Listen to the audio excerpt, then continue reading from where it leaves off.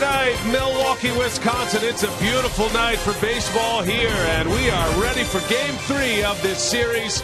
The Brew Crew taking on the New York Mets from the National League East. These two teams have split the series so far. Tough loss last night for the Brewers, as the Mets had to snatch them back in the ninth inning. Milwaukee now 58-46. Right now, 3 games up on the Pirates and the Cardinals in the division. Hi, everybody. We welcome you inside Miller Park. Great to have you with us tonight. Alongside Bill Schroeder, I'm Brian Anderson. Sophia Menard, our reporter tonight. And Rock, it's going to be Willie Peralta on the mound this evening. The starting rotation has been fantastic this time through the rotation. And now Peralta trying to carry it over. Yeah, he's been outstanding. Last 2 starts, Willie's been virtually unhittable, and he's been very good following Brewers' losses. He's been the guy lately for the Brewers. Picked him a win against the Cardinals, picked him a win against Cincinnati in a stretch where the Brewers weren't winning too many games. Look at the stuff that this guy possesses. Devastating sinker when he keeps it down in the strike zone. Then he has the slider that can put you away. Right-handers, left-handers both have a tough time with him. Look at the numbers. He's only getting 1 earned run in 14 innings in his last 2 starts. Willie Peralta needs to come up big tonight. John Neese, very good for the Mets on the mound tonight. Now, the Brewers have labeled Peralta as a future ace, and if you're going to be an ace, you have to follow losses with victories, and Peralta has done that this year. 11 starts following a Brewers loss. He has 7 wins. He's 7-3. He'll have a chance to win his 8th in that circumstance here tonight against the New York Mets. We'll take a break. We'll talk Jonathan Lucroy when we come back. Craig and Davey standing by on the set. Lucroy back in the lineup and swinging the bat very well. Stay with us.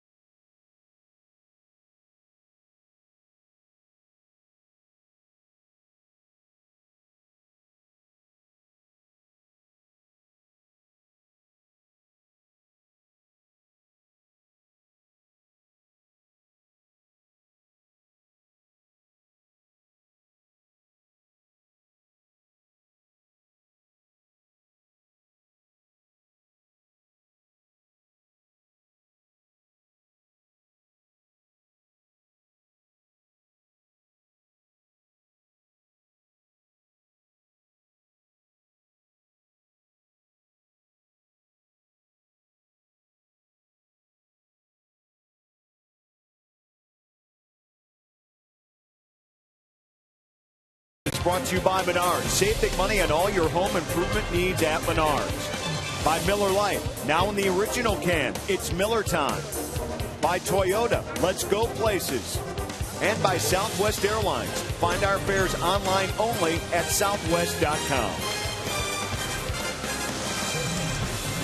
First place Brewers, a hot ticket here at Miller Park on a Saturday night. And after a day off Friday, Brewer All-Star catcher Jonathan Lucroy back in the lineup, and the team needs his offense to be sure among the best in the National League in a lot of important categories, second in doubles, fifth in batting, and extra base hits as well. Just to name a few for Jonathan Lucroy. Craig and Davey back on board with you. And when you talk about Jonathan Lucroy's MVP-type numbers that he's been able to put up, you just look at this homestand alone, the 3 home runs, the walk-off. Every one of its hits has been important, and then he wasn't in yesterday, and the team ended up losing. Well, Jonathan Lucroy has a little bit of everything in his arsenal, because, number one, he can hit with some power. He's not a big home run hitter, but he can certainly hit the ball out the yard because of his nice short stroke. Hits the ball. He's a big gapper. He hits a lot of doubles. He uses the gap very well, and he drives the ball perfectly to right field because he stays back, gets a long look at the ball. Here's a look at his hits from Thursday, Davey. Going with where the pitch is, this is where he's best. That's certainly not a whole lot of moving parts. He's driving the ball to right field, as you can see. And the other picture, you see his head down, pulling the ball, and hitting it on just off the sweet part of the bat, and been able to drive it out of here. This is Jonathan Lucroy at his best. 314 on the season. He has been above 300 most of the year. There's Willie Peralta. He's set to take the mound when we come back.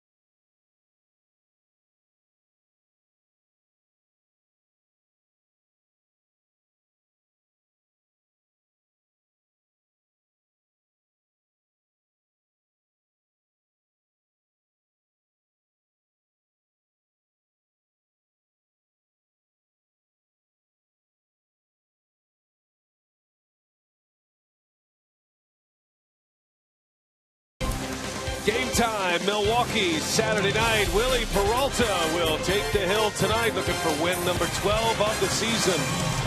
And trying to get the Brewers back to winning ways. Blue skies up above, roof is open, and it is picture perfect for baseball tonight. The New York Mets, headed by Terry Collins, his 4th year as the Mets skipper. And this ball club looks like they might have a shot. If they don't come back this year, they look like they've got a chance to be a good ball club next year. Outstanding pitching they throw at you each and every night. And Collins has Jonathan Neese on the mound matching up against Peralta this evening. The rest of his Associated Bank lineup: Curtis Granderson, Daniel Murphy, David Wright at the top. Lucas Duda hit the decisive home run yesterday. Hits cleanup. Travis d'Arnaud and Chris Young in the middle. And then Wilmer Flores gets his 2nd start of the series at short. Note Jonathan Neese, the pitcher, batting 8th. And Eric Young Jr. will hit 9th. 4th time this year with Neese on the mound. He's hit 8th. And that's the batting order. Rock that will face big Willie Peralta. Yeah, Willie's won his last 2. He beat the Cardinals in Cincinnati, both coming here at Miller Park. 11-6 overall, 358 earned run average, making his 21st start of the year. He's 2-0 career against the Mets. He's given up 1 earned run in 14 1/3 innings in 2 career starts. And the last 9 games that he has started, the Brewers are 7-2. So good guy to have out there in the mound tonight. Well, you got 8 innings from Matt Garza in the opener of this series. Last night, Gallardo went 7 2/3. Starting pitching has been the story on this homestand. And the Brewers winning 4 out of 5, but a heartbreaker last night. Important to get off to a good start this evening, you would think. Curtis Granderson leads us off, takes ball 1 to get us started. Granderson followed by Murphy, then Wright.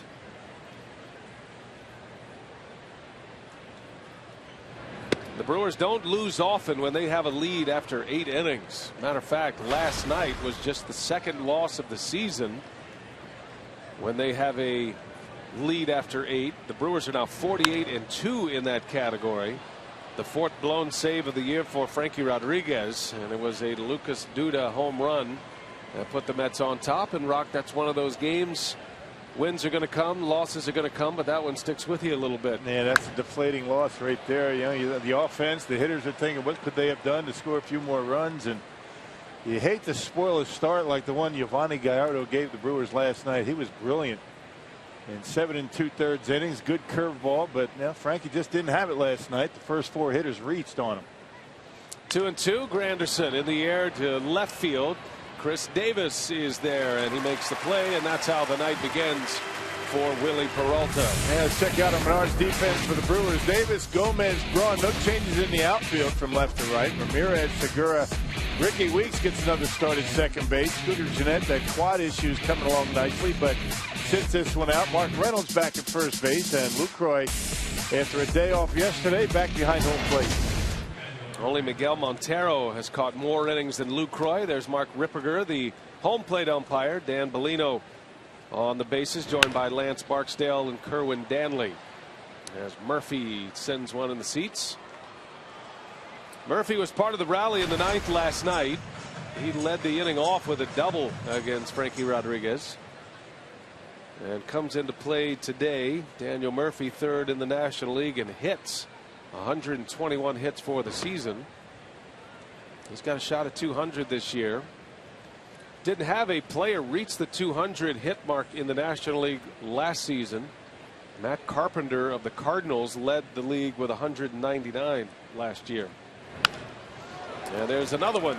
Daniel Murphy had come into this series as a struggling hitter, but Murphy has found his stroke. Had 3 hits last night and a base hit here in the 1st inning. Well, 3 of the 4 hits in this series have come on fastballs. That one down the middle of the plate. Murphy with a nice swing. Has not pulled the baseball yet.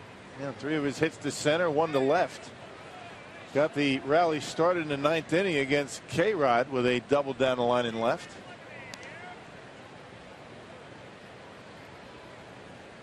Now here's David Wright now with a runner at first and 1 away. Overall, the Mets have really struggled with the bats. Part of it is their ballpark. They don't hit for much power as a team. It's a very pitcher-friendly park in New York. But they're down at the bottom as well in batting averages. Wright rolls over one to second for 1. No chance to turn it on the slow roller. Wright will reach on a fielder's choice. It's out number 2 as Segura makes the play to second. And a little dicey with the sun here at the 6 o'clock start on Saturdays for Ramirez and Segura. You check it out. I mean, it could be a little bit tough to see. That the sun is beaming pretty bright in center field as well. And that's coming through the panels as the setting sun shines through the panels above the first base grandstand. Now you know which direction is west. That's how you keep it in order. Here's Lucas Duda. And Peralta starts him with a first pitch slider. He got a first pitch fastball from K-Rod last night. Hit it into the Mets bullpen. Yeah, this guy pretty much providing the only power for the Mets in this lineup lately. Hit a couple of home runs already in this series. Swing and a miss. Runner goes. Throw to second. Not in time. Wright got a big jump and steals the base. Just his 5th of the year.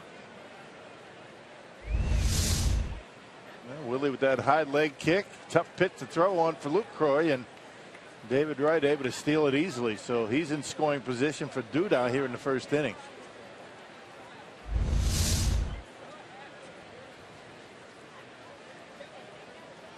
Two outs, 0-2 the count on Duda. Now you mentioned the lack of power for the Mets. Since the All-Star break, the Mets have hit just 3 homers. Duda has them all. He's the club leader with 17. And with every home run he hits, he'll establish a new career high. Never hit more than 15 home runs in a season. Did that in back-to-back years. Last year and the year prior. He's having a good year once they cleared the way for him. Traded away Ike Davis, giving the job to Duda.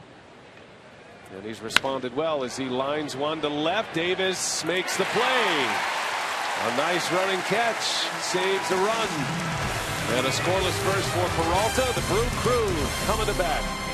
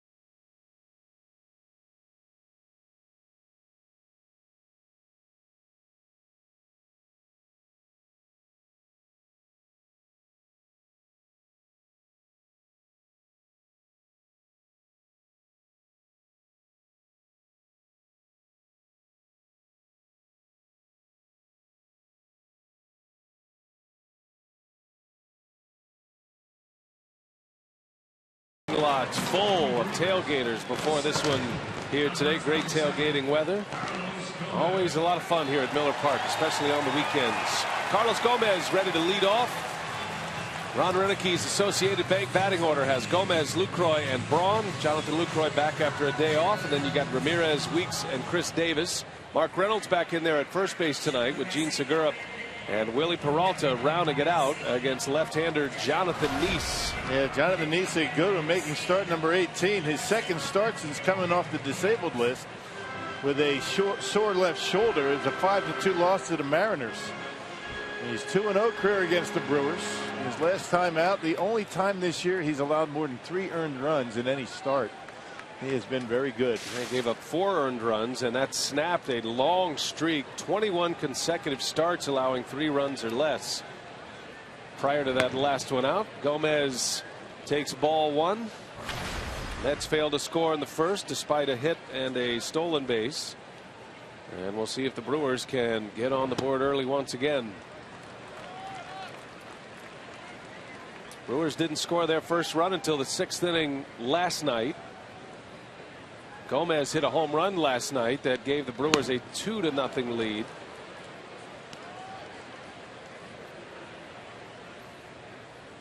Milwaukee leading all of baseball in first inning runs this year. 69 runs they've scored in the first inning. As Gomez, a defensive swing, 2-2 the count. And the Mets are right behind them. Mets have not scored any first inning runs in this series. I think that speaks to the aggressive attacking style, especially of a guy like Carlos Gomez, who leads off typically, and he strikes him out, so goes with an off-speed pitch, and Gomez is a strikeout victim. Now let's check out the Mets defense. Normally a very solid defensive unit. Defense brought to you by Menard. Daniel Murphy with a couple of errors yesterday, one leading to a run for the Brewers. He's got 12 errors this year. David Wright at third base with 11. Ordinarily, these guys pretty good. Lucas Duda, pretty good over at first base. He's committed only 4 errors this year. And one of the better defensive first basemen in the league with his power stroke to go with it. Interesting, the Mets have Ruben Tejada on the bench again. He was hit in the head by a fastball on Wednesday in Seattle. He did come back and played yesterday, but they've got the young shortstop, the 22-year-old prospect Flores, out there today as Lucroy bounces one to David Wright. A couple of Gold Gloves on his mantle, and he takes care of Lucroy for the second out. And Tejada not in there, and Juan Lagares, the good center fielder for the Mets. Not only does he run him down, but he's got a terrific throwing arm from center field. Chris Young can track him down pretty well, but not much of a throwing arm since he hurt his shoulder a few years ago. It's a revolving door of outfielders for the New York Mets. Terry Collins carrying 5 outfielders. They had 6 outfielders at one point.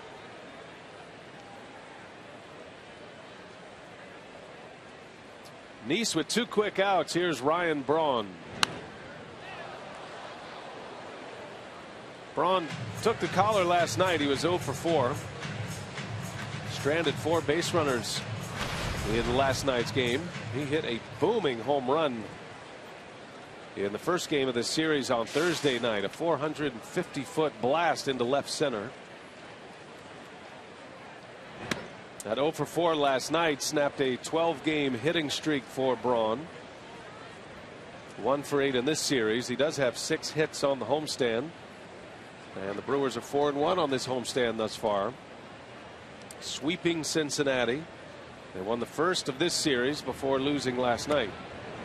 There's that good curveball from Jonathan Nice. He's basically a 3-pitch pitcher. He's got a fastball that'll cut when it goes inside to a right-hander. He's got a good changeup, and there's that curveball. He likes to backdoor to right-handed batters, which means he likes to throw it on the outer half and get him to try and pull it.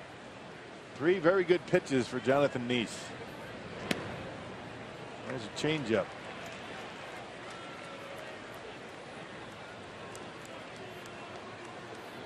Well, the Brewers have some experience against Nice. Braun has struggled against him in his career. Just 2 for 11 lifetime. Ramos Ramirez the most at bats against Nice, 16, as Braun goes into shallow left center. That's going to fall right off the end of the bat. Ryan Braun dumps one into center field, a 2-out single, and the inning is alive for Ramos Ramirez. He'll take him. And pulling the hands in nicely on the fastball at 90 miles an hour. Able to get enough of it to muscle it out into center field. He got in on his hands right on the label to power that one into center. So a base knock, and here is Aramis Ramirez.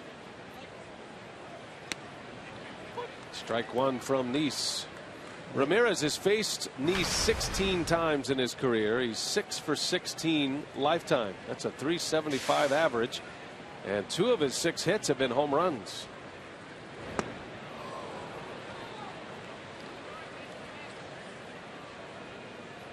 Ramirez has always been very good against left-handed pitch, and the Brewers have a pretty good record this year in games started by lefties. It is 16-9, I think it is. 16-10. And you would figure, because it's predominantly a right-handed lineup. Yeah, most of the power is right-handed.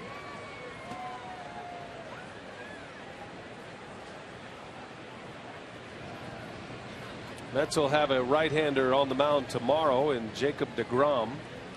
Brewers will counter with Jimmy Nelson. Probably see Scooter Gennett back tomorrow. That's the plan anyway. Sophia will have more on Scooter Gennett a little bit later. There's deGrom. Got the Jeff Samardzija look. He's been a great find for the Mets. He is a tough pitcher. This is an important game tonight for the Brewers. And Brewers saw him in New York. 1-2 the count, and Ramirez takes one off the plate. Count evens at 2-2. And this pitching staff for the Mets is a good one. And consider Matt Harvey will not be pitching the rest of the season, so they bring him back next year. This is a staff that could get you out, make it tough on you to score runs. The Mets have to figure out how to score runs, however. That's been their problem all season. Well, the Mets had scored just 1 run in the first 17 innings of this series, until they scored 3 in the 9th inning, and it took 8 pitches to score 3 runs in the 9th last night. Ramirez breaks his bat. Murphy will make the catch. A sprinting catch on the backhand to end the inning. Scoreless first. We head to the second.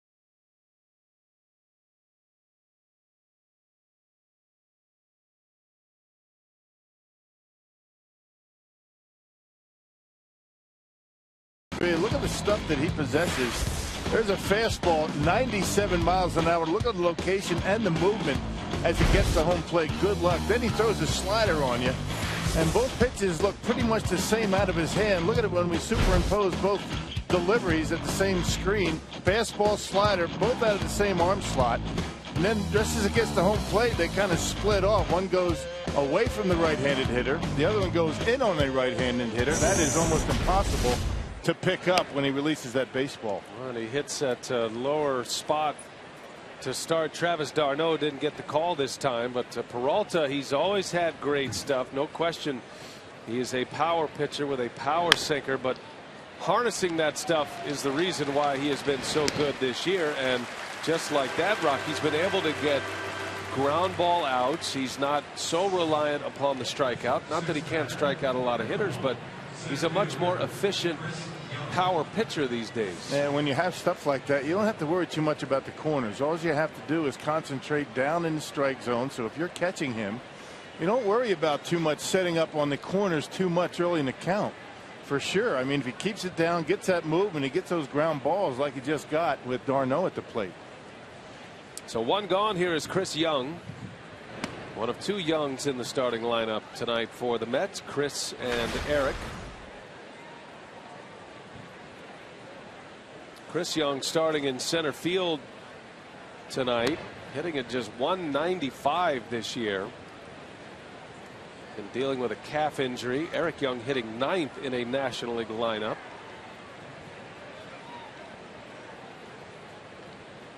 Young still has some pop, however. Does have 8 home runs this year as he pops this one foul and in the seats. Yeah, you got to be careful. You throw something middle into him. He likes to pull the baseball. Most of his home runs have come on the pull side. Try and make him go to the opposite field. Keep the slider down. You don't want to hang it. A mistake hitter for sure. Chris Young. 2 balls and a strike on Young. And Peralta just misses.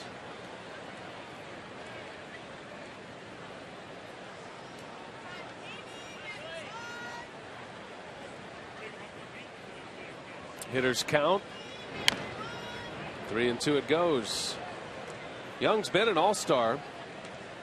He came up in that Arizona organization, was an all-star as a Diamondback in 2010. Things started to tail off a little bit for him in 2011. Was traded from Arizona to Oakland last year as he lines one foul. Yeah, he was a leadoff hitter with big power back with the Diamondbacks. Yeah, had a 32 home run season in his first full season in the big leagues in 07. And the Diamondbacks thought a star was born. And he takes ball 4. So Peralta walks Chris Young. First walk issued by Peralta. Man on with 1 out for Wilmer Flores. Check in with Sophia Minert with more on tonight's starter, Willie Peralta. Sophia? Well, Ron Renneke yesterday speaking about Peralta, saying that his last 2 starts giving up just 1 earned run. He's back to where they want Peralta to be, and said he's developing more of a game face this season, saying he's figuring out what kind of personality he has as a pitcher, how he handles himself on the mound, even going back into the dugout in between innings. Said it's something you just develop the more experience you have, the success that he's had as well. So he says the stuff has always been great. We know that with Willie, but now we're seeing that improvement in the maturity and the confidence. And also said Peralta's had success coming off a Brewers loss. He's gone 7-3 in those nights on 11 different starts. And keep in mind how young he is and how inexperienced he is as a pitcher, not just in the big leagues, but he hadn't been pitching all that long. I mean, in the minor leagues, very good, but when you look at the way he's developed over a very short period of time, the last couple of years, he's been able to stay away from the big inning. And as Sophia mentioned, it's all about confidence, knowing that he belongs, knowing that he has the stuff to be successful. And once you understand that, once you have that in your hip pocket, then you just let your natural abilities take over, and that's what he's done. And we started to see that from Peralta in the second half of last season, and he's carried it over to this season. Peralta has won 7 of his last 8 decisions. Has back-to-back wins against division rivals, the Cardinals and the Reds. And those 2 victories came after losses. And he's been in that spot in the rotation that's been getting a lot of runs. Every pitcher hopes to be in that spot in the rotation. His last 9 starts, the Brewers have posted 63 runs. Not bad. A 5-2 win his last time out against Cincinnati. Pushed his record to 11-6. Peralta's had 2 blow-up starts, which has his ERA around 3.5. He had a 9-run game against the Phillies and a 6 earned run game against the Cubs. There's a bouncer to third. Ramirez has only 1 play. Flores retired at first. So Young ends up at second base. Flores the second out, and that'll bring the pitcher Jonathan Neese hitting 8th to the plate with 2 away.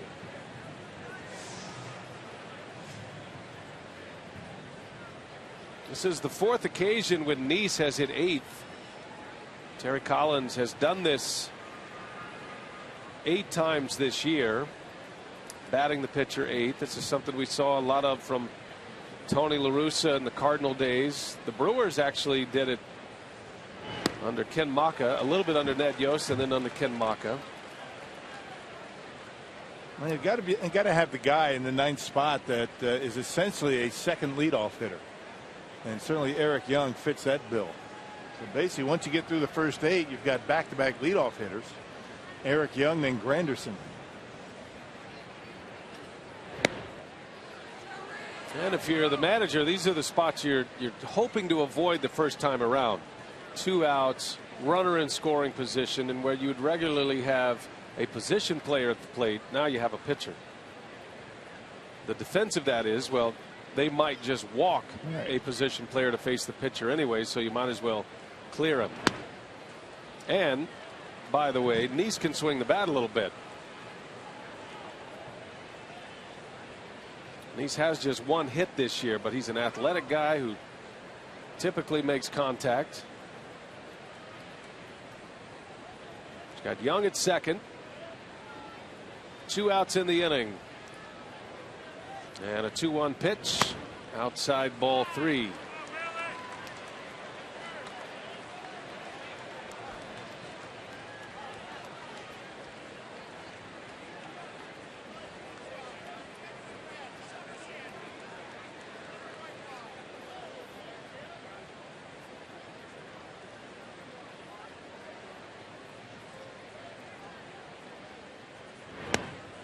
In there for a strike at 95. That's the control fastball for Peralta, which is why the Brewers are so excited about this hurler. Yeah, he's averages his cruising speed's about 96 miles an hour, 96, 97.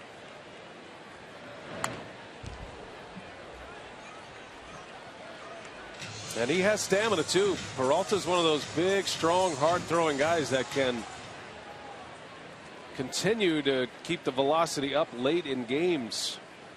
He had a game against Cincinnati earlier this year when 8 shutout innings, and his last pitch was 98 miles an hour in the 8th inning. His 110th pitch. Close play at second.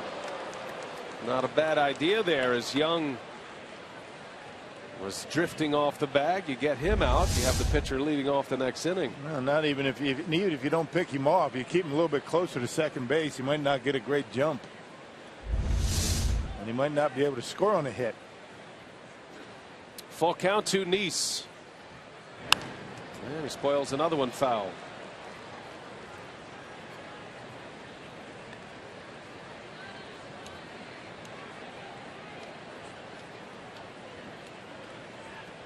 Well, 2 division rivals have already won today. Afternoon games in Cincinnati and Chicago.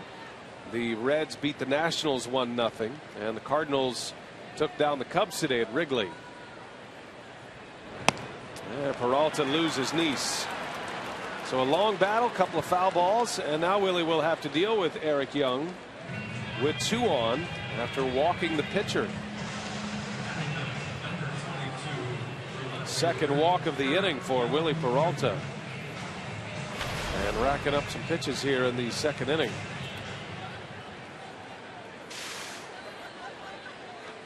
And you could tell he's frustrated, barking at himself on the mound. Got behind 3-1. That's where, he lost Nice. Then he started to throw some strikes, fouled him off, and then just lost him. Now you're in trouble. Now Young can really run. He's 4th in the National League in stolen bases. He's hitting just .231 this year.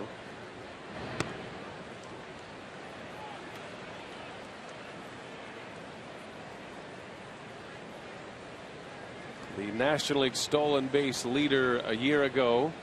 He's in the role of run producer here in the second inning. 2 on, 2 out.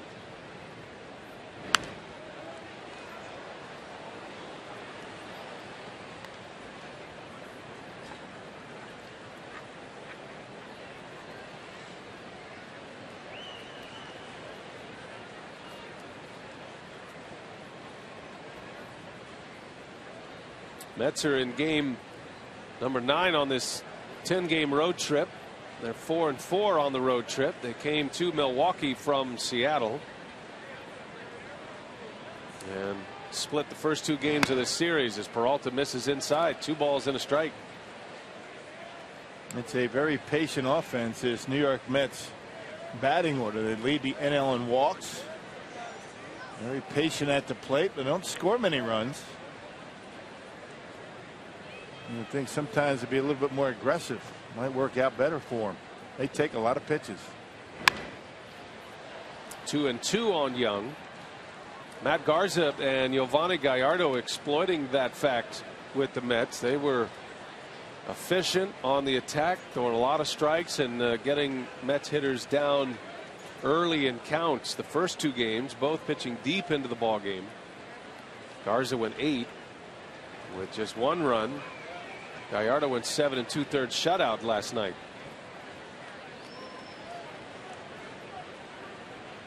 Two balls, 2 strikes. Willie delivers and a swing and a miss. He struck him out with a slider. Nasty one too. And the Mets strand a pair. We head to the bottom of the second. Ricky Weeks will lead off.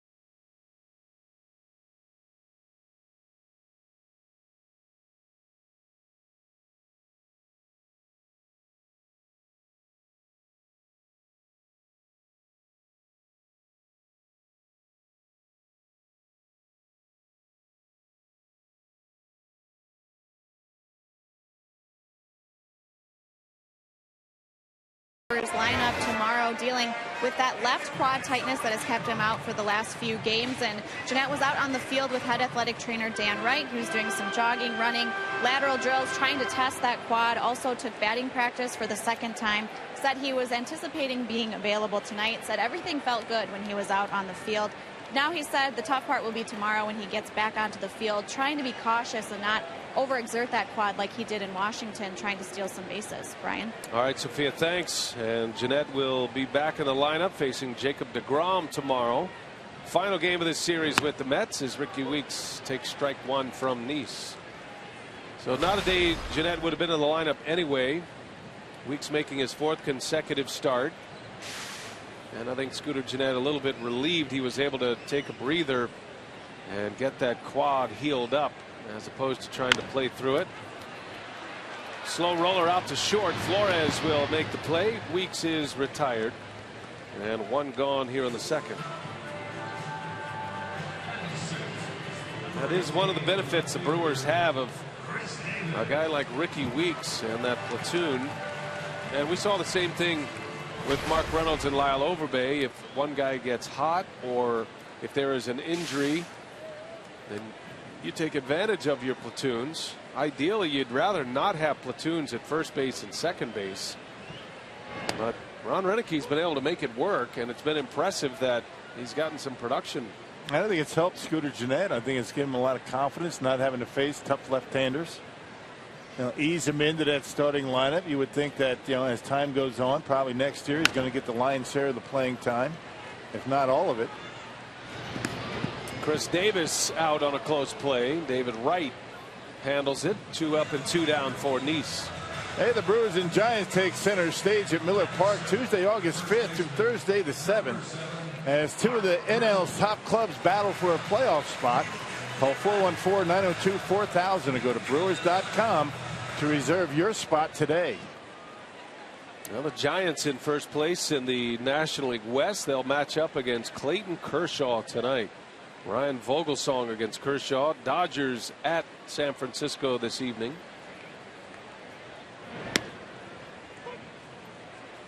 Right now, the division leaders in the National League: Washington, Milwaukee, San Francisco. Although the Nationals lost today, and the Atlanta Braves, who are right behind them to start play today, leading the Padres 1-0 early. Yeah, Johnny Cueto beat the Nationals 1-0 today.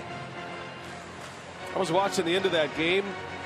Bryce Harper was at the plate. Aroldis Chapman was on the mound, and he threw him a 103-mile-an-hour fastball to strike him out. Yeah, 103. Yikes. He's something, that guy. I tell you. You got to give him a lot of credit, Chapman, for coming back after a gruesome injury this spring. Got hit in the head, required surgery, but he notched his 22nd save. Johnny Cueto's ERA goes to 2.08, and his 11th win. Yeah, I was watching that game up here in the booth before the ball game. Look like he just toys with hitters, it seems like. He's got that rocking delivery, turns his back, messes with hitters, and just continues to have incredible success. That snapped a 7-game losing streak for the Reds. Cardinals won today. Reynolds takes a called strike 3, and the inning is over. And a quick one for Jonathan Nice. 1, 2, 3, couple of ground outs in a K. We go to the third, scoreless after 2.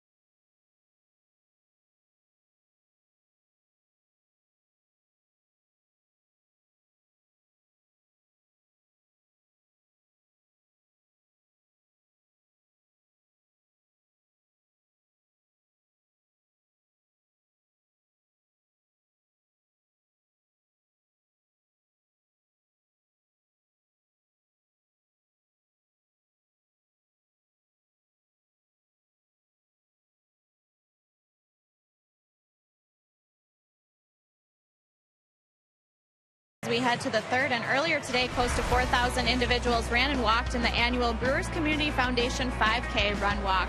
This year's fundraising will go to the Fisher House, Wisconsin, a soon-to-be-built hospitality house for military families receiving treatment at Milwaukee's VA hospital. So you can contribute to the great cause if you didn't participate in the run walk today by going to www.brewers.com/BCF. And Rock, you were part of the groundbreaking there for Fisher House, you and Jonathan Lucroy. So great to see the run walk proceeds go to benefit that. Yeah, one of, I think, 63 Fisher houses in the United States and around the world.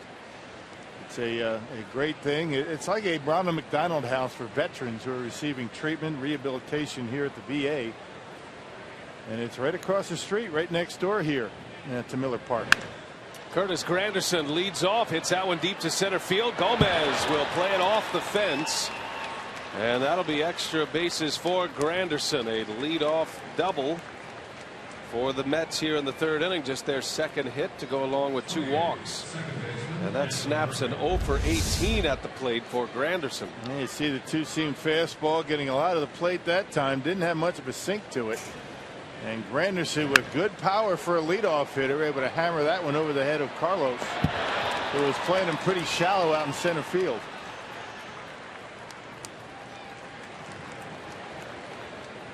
Granderson saying, "I got you." And when you break it 0 for 18, that gets the confidence rising a little bit. Here's Murphy now, and he pulls one. Reynolds backhands it.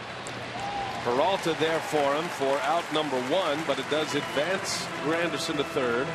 Nice play by Mark Reynolds at first base. Yeah, just one of the few times that Murphy has pulled the baseball in this series, and doing it by design to, get Granderson over to third base with less than 2 outs. And a nice play by Mark Reynolds going down, and nice easy flip over to Willie for the out. So 1 away, runner at third. Here's David Wright. Ron Renick's going to bring his infield in here.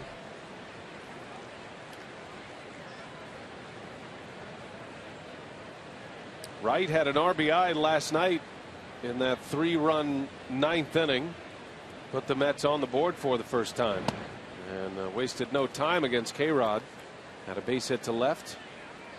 They bring the infield in thinking that Willie's going to get a ground ball with that big sinker. More of a ground ball pitcher rather than a fly ball pitcher.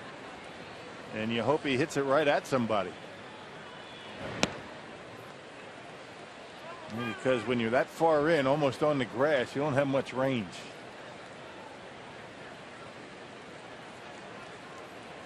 Granderson still at great speed. And that's why they're in that far. 2-0 the count on Wright. And a swing and a miss. Wright will strike out. Peralta has the ability to get the strikeout when he needs it with that electric stuff. He could use one here. Yeah, the old equalizer, that sinker. Got on top of that one nicely. Lucroy wants another one. And Wright takes a ball. 3-1 the count. Wright hitting .280. On base percentage of .340. Hasn't hit for a whole lot of power this year. He's got a slugging percentage just over .400. Does have 52 runs batted in. And he takes a strike. So Peralta stepped on the gas a little bit with that one. 98-mile-an-hour fastball, and now it's 3-2. No, right at the bottom of the strike zone, and he gets the call. Everything down, you see on Fox Tracks. Full count. And Wright lays off. Ball 4. First and third with 1 out. And now Lucas Duda, a hot hitter who has found his home run stroke. AT&T U-verse Rewind last night. First pitch he saw from K-Rod, a 2-run homer that gave the Mets the lead. Fastball, middle in, and Duda, his second home run of the series. First one came to center field off of Matt Garza. And now 17 home runs, 53 runs batted in. He's hit 3 home runs at Miller Park in his career in just 5 games. He's got 3 homers and 2 doubles and 6 runs batted in 5 games at Miller Park. Made a bid for an RBI in the first. He hit a line drive to left. Davis ran it down to end the inning. That was with a runner at second base, David Wright.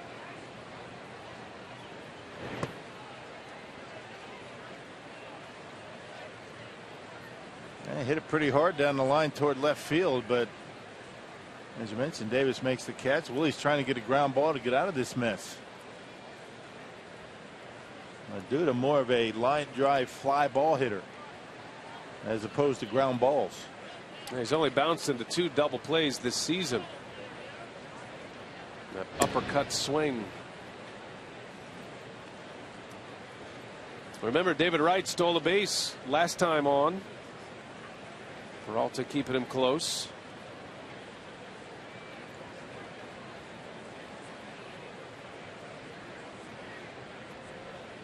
First and third, 1 away. Inning started with a double by Granderson.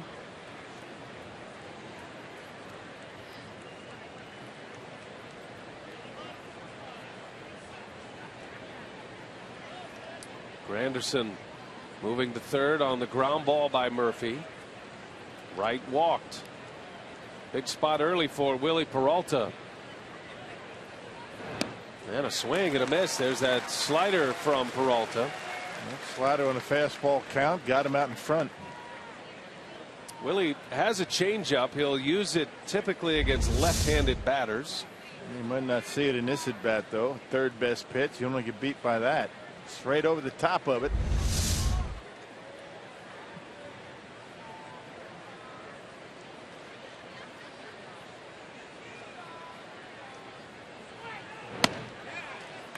Two and one.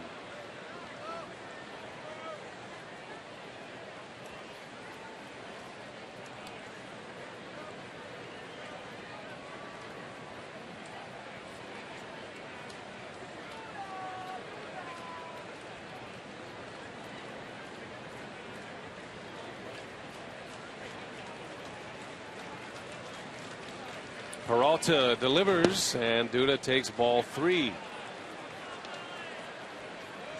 Like the rest of the Mets lineup, Duda is a very patient hitter. Man, this is the potent part of this lineup, 1 through 4. Not as menacing once you get by Duda. So you would think Duda might be a little bit more aggressive on this 3-1 pitch.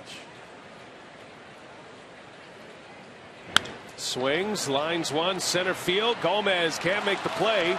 Throw to second, and Wright is in. So Granderson scores, and the Mets have the lead. Lucas Duda stays hot. RBI single with 1 out, and the Mets are on the board first. Well, just couldn't get that slider over for strikes. He threw one to him that he was able to get a strike with, a 1-0 slider, and then tried to keep throwing it and missed. Duda finally got a fastball out over the plate on the 3-1 pitch. Didn't hit it all that hard. Sounded like it was off the end of the bat and right in front of Gomez out in center. Yeah, right off the end of the bat, froze Gomez in center field, and that's why it dropped in front of him. And that's the way this inning has gone, right? Gomez was playing shallow with Granderson at the plate. He hits one over his head. Backs up a few steps with Duda at the plate, and he hits one in front of him. So 1 out, a run is in. 2 hits and a walk in this inning, and it's Travis d'Arnaud after a visit from pitching coach Rick Kranitz.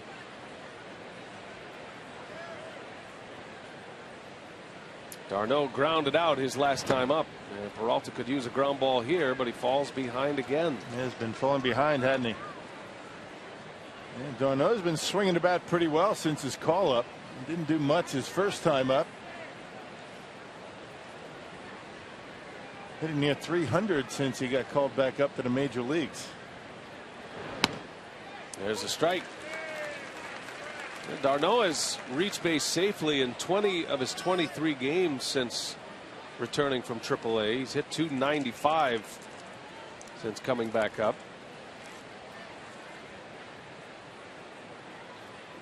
Made it back to the big leagues at the end of June, and there's a bouncer foul. Boy, that was close. 1-2 on Travis d'Arnaud. Excellent young catcher.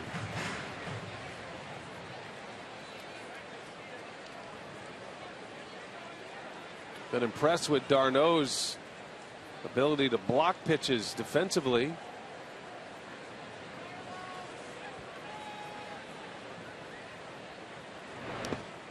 Lucroy lets that one skip away, and both runners will advance. A big play right there, and now double play balls. Not possible, at least on the ground ball. You don't see many squared away from Lucroy too often. And slider down in the dirt.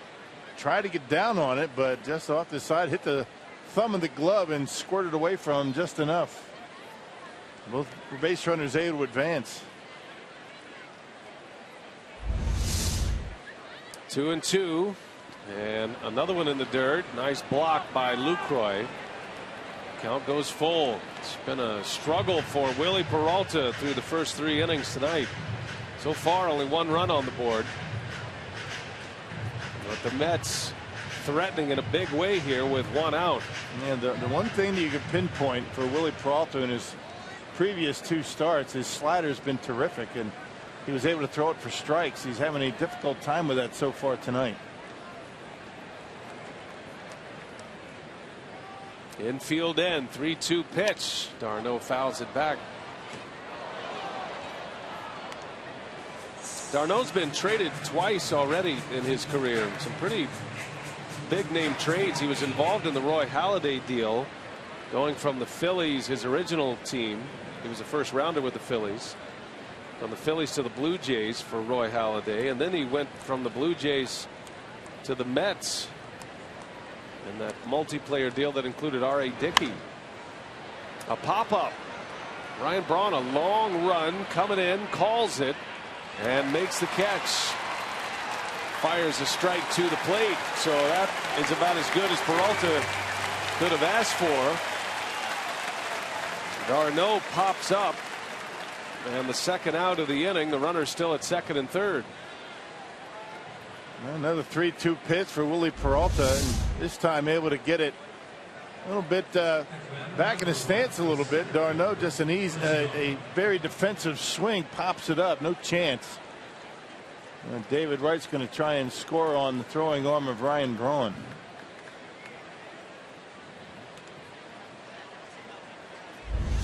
So 2 gone. Wright still at third. Duda at second. And here's Chris Young, who walked his last time up. Boy, Lucroy smothers one in the dirt. Yeah, that fastball that got d'Arnaud, 98 miles an hour. A fastball with a purpose, but still is having a tough time locating the slider. Hasn't been able to throw it for strikes. And major league hitters certainly know that, and no matter how fast the fastball is, if that's all you've got, that's what they'll look for.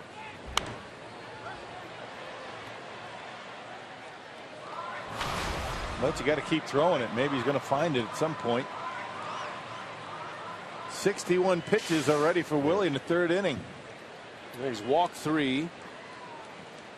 Has 1 strikeout. He left 2 runners on base last inning with that strikeout of Eric Young Jr. And trying to get through this one with just 1 run. Second and third, 2 outs. Here's a 1-1. And a bouncing ball to Weeks. He's got it. Young is out. And Willie Peralta gets through it. Only 1 in. Could have been a lot worse. Brewers coming up down a run.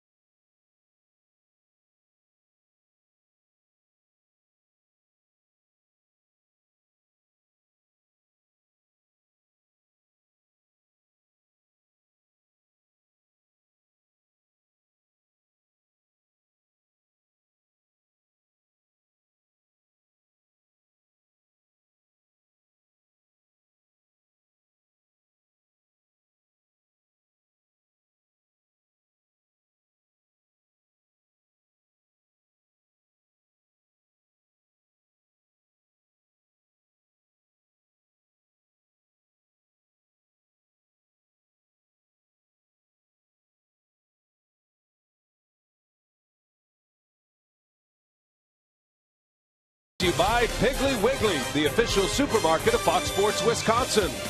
And by Marshfield Clinic. Don't just live, shine. Beautiful Saturday night.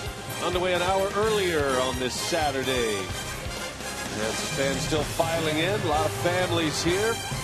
Great tailgating before the game, and they're hoping they have something to cheer about tonight. The Brewers are down 1-0. Head to the bottom of the third inning. It'll be Gene Segura to lead off for the Crew. Segura, Peralta, and then back to the top of the order in Gomez. Jonathan Nice has been tough. Gave up a 2-out single, little handle hit to Braun in the first inning. But that's been it. And a very efficient second inning with 2 ground outs and a K.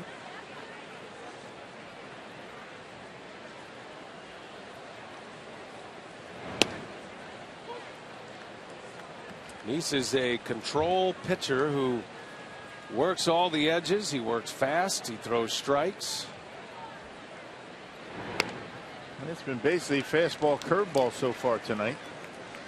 Threw a lot of changeups to the Brew Crew back in New York. Got a no decision in a Brewers victory. Yeah, that was just before he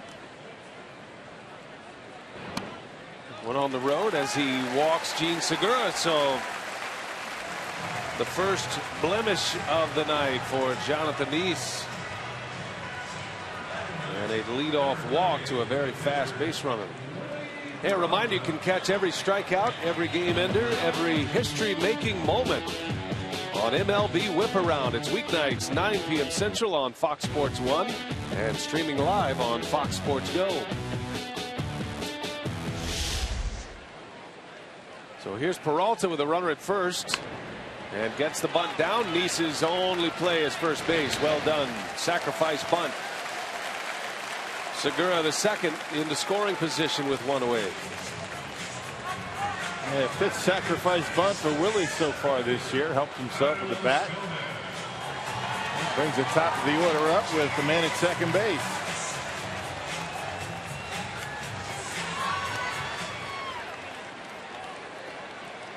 Now Gomez among league leaders who qualify in batting average with runners in scoring position. He's second to Casey McGee, hitting .362 with runners in scoring position.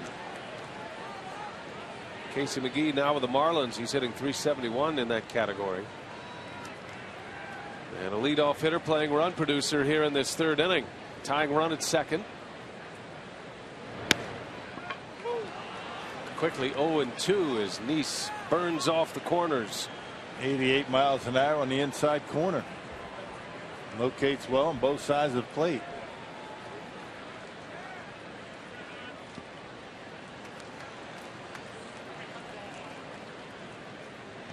After his start against Milwaukee, Nice would make a few more starts and then end up on the disabled list. But he's come back fairly strong. He did pitch against the Rangers in his comeback before the All-Star break, and he hits the inside corner, and Gomez strikes out again. Second time he's punched out Gomez, and the third strikeout for Jonathan Nice. And left-handers that don't throw very hard rely on changeup, curveball, and 88 to 90 with a fastball. Imperative that they work inside and catch the corners with it and get a called strike, because hitters are not looking for it in there. Fox. They look away. You try and burn off that inside corner, and a lot of times you'll get that called strike. Fox Tracks had it in off the plate. Both of those called strikes. Not able to expand the zone of home plate umpire Mark Ripperger. And here's Lucroy with 2 outs.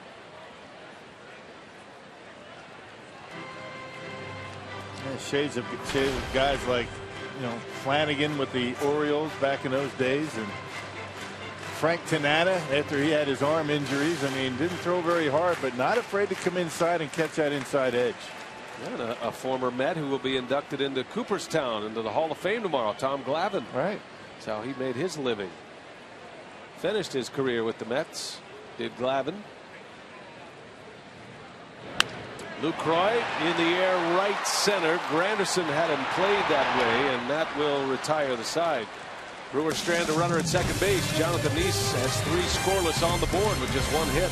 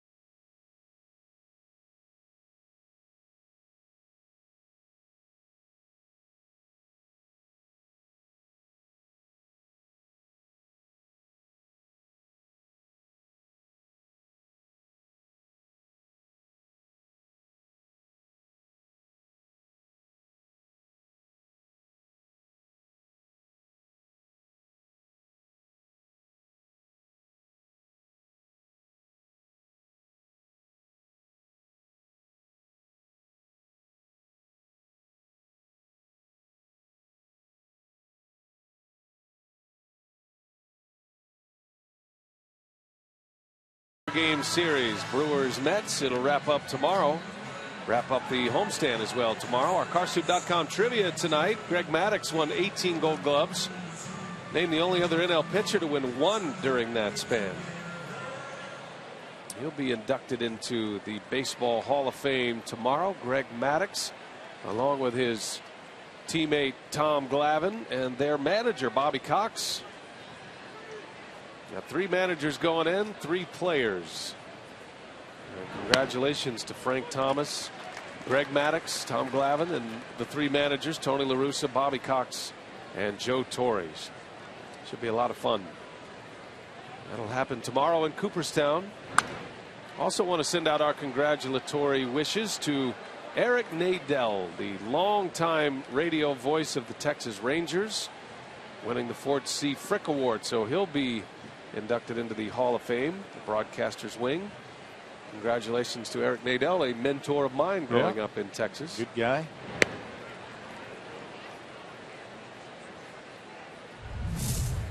Those are the faces of the Hall of Famers going in tomorrow. Can't remember the last time 3 managers all elected in the same year. Wilmer Flores flies to right.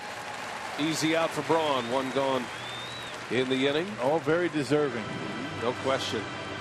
It's interesting thinking about Joe Torre as well. You know, his managerial career did not start very well. He struggled as a manager with the Mets and managed with the Braves. And you'll remember this because you played with the Angels when Torre was a broadcaster. Yeah. And it was starting to look like that was going to be how he was going to finish his career as a broadcaster. Great player, MVP, you know, maybe a failed manager and a broadcaster, which is not a bad way to go through life.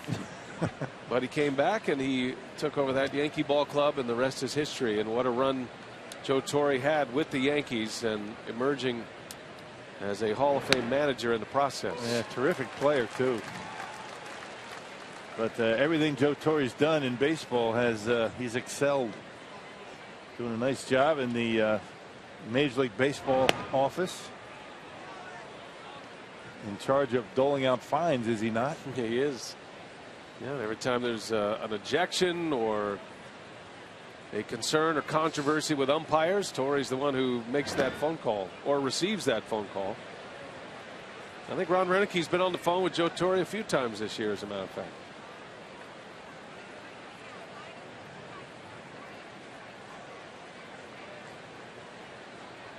Full count to Neese, who walked his last time up.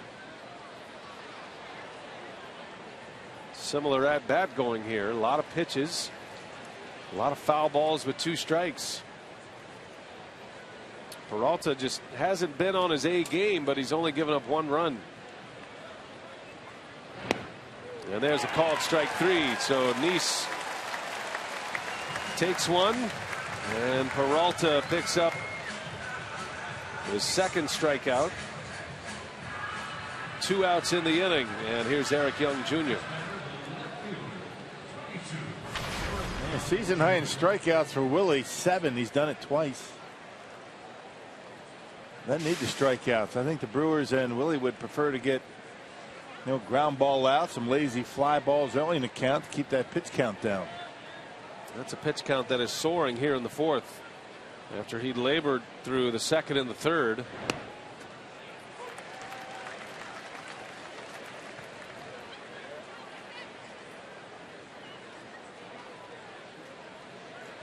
.25 pitch 2nd, 24 pitch 3rd inning.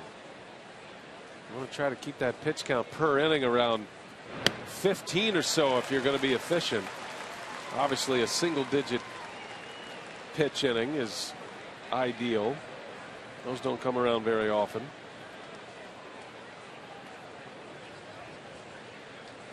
Focused 0-2 on Eric Young Jr. Trying to make this a quick 4th. Bouncing ball to 3rd. Nice easy hop. Ramirez takes care of Young, and that's the inning that Peralta needed. 1, 2, 3 go the Mets. We head to the bottom of the 4th. 1-0 New York.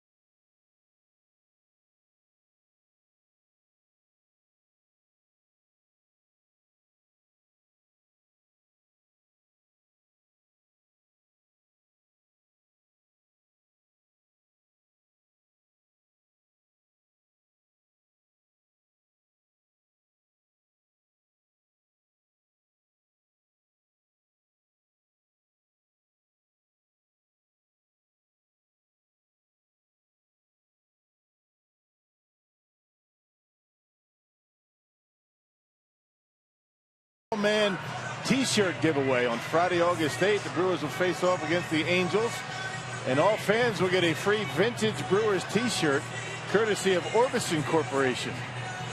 Well, I like that one. Call 414-902-4000 or go to brewers.com for tickets. I'm kind of into the nostalgia. I'm a big fan of Barrelman. It's actually, I mispronounced, Orbis Corporation. Okay.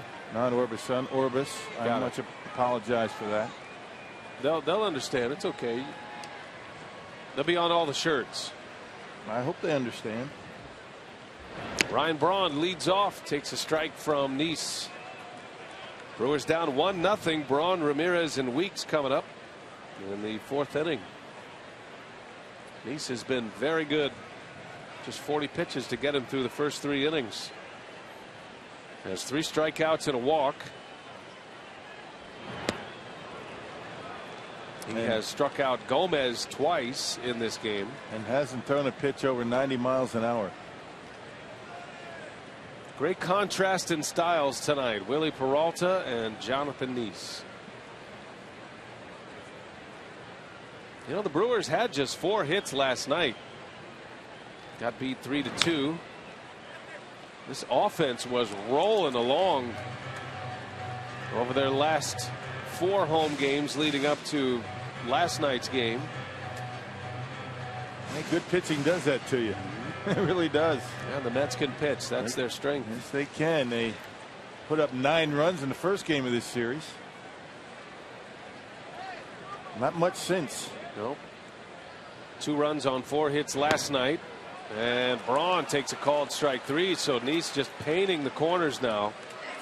4 strikeouts for Jonathan Nice. And 3 of the 4 have been backwards Ks.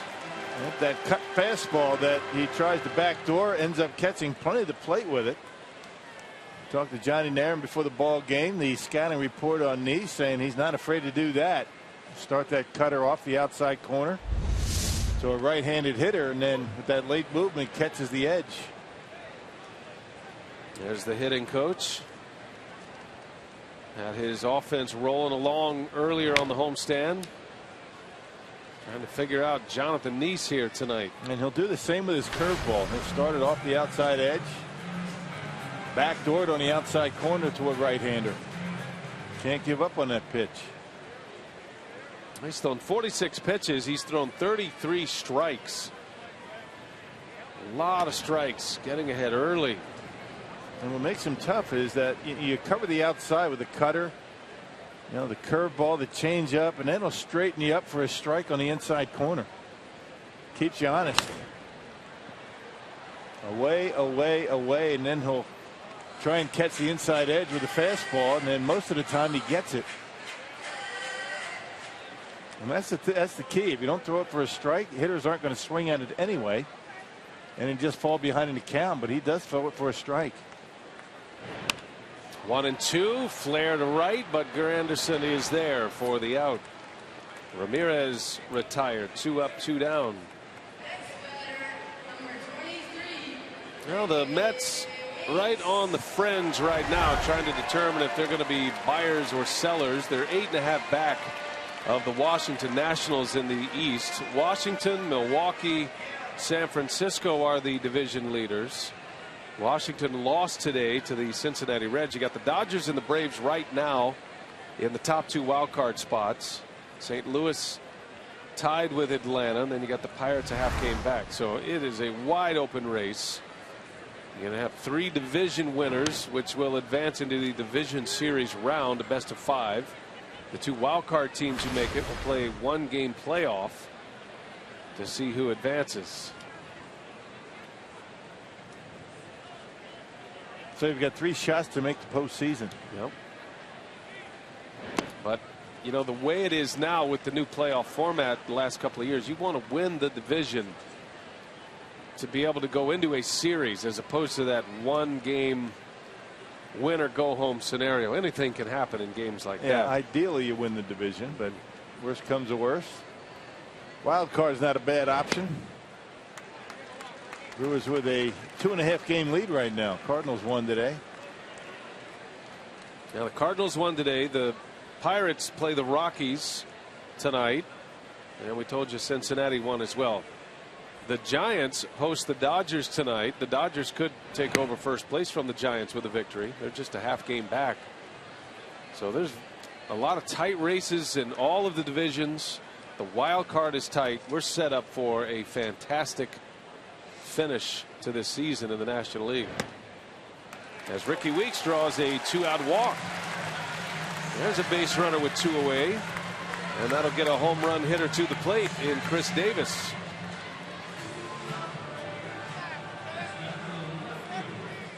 And 2 walks and an infield single in the first inning. I should say a single in the first inning, a base hit in the center field for Ryan Braun. That's it. 3 base runners for the Brewers. And even that hit by Braun was in on the hands. Big swing. Davis. Powerball home run leaderboard has Chris Davis at the top with 17 home runs. Mark Reynolds, and then there's Gomez, who hit number 15 last night. Braun hit number 14 on Thursday against the Mets. Quickly 0-2 on Davis. Yeah, Brewers second in the league in home runs with 107 long balls so far this year. Jonathan Nice has given up 9. 9 home runs this year. Not many.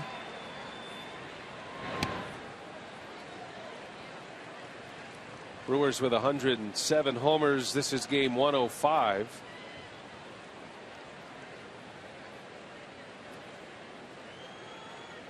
Got some power due up next. See if Davis can get Reynolds to the plate. And Davis out in front. Pop up in the grass is Murphy, and he's got it to end the inning. And Neese strands another base runner. The Brewers have left 3. 1-0 Mets. We go to the 5th.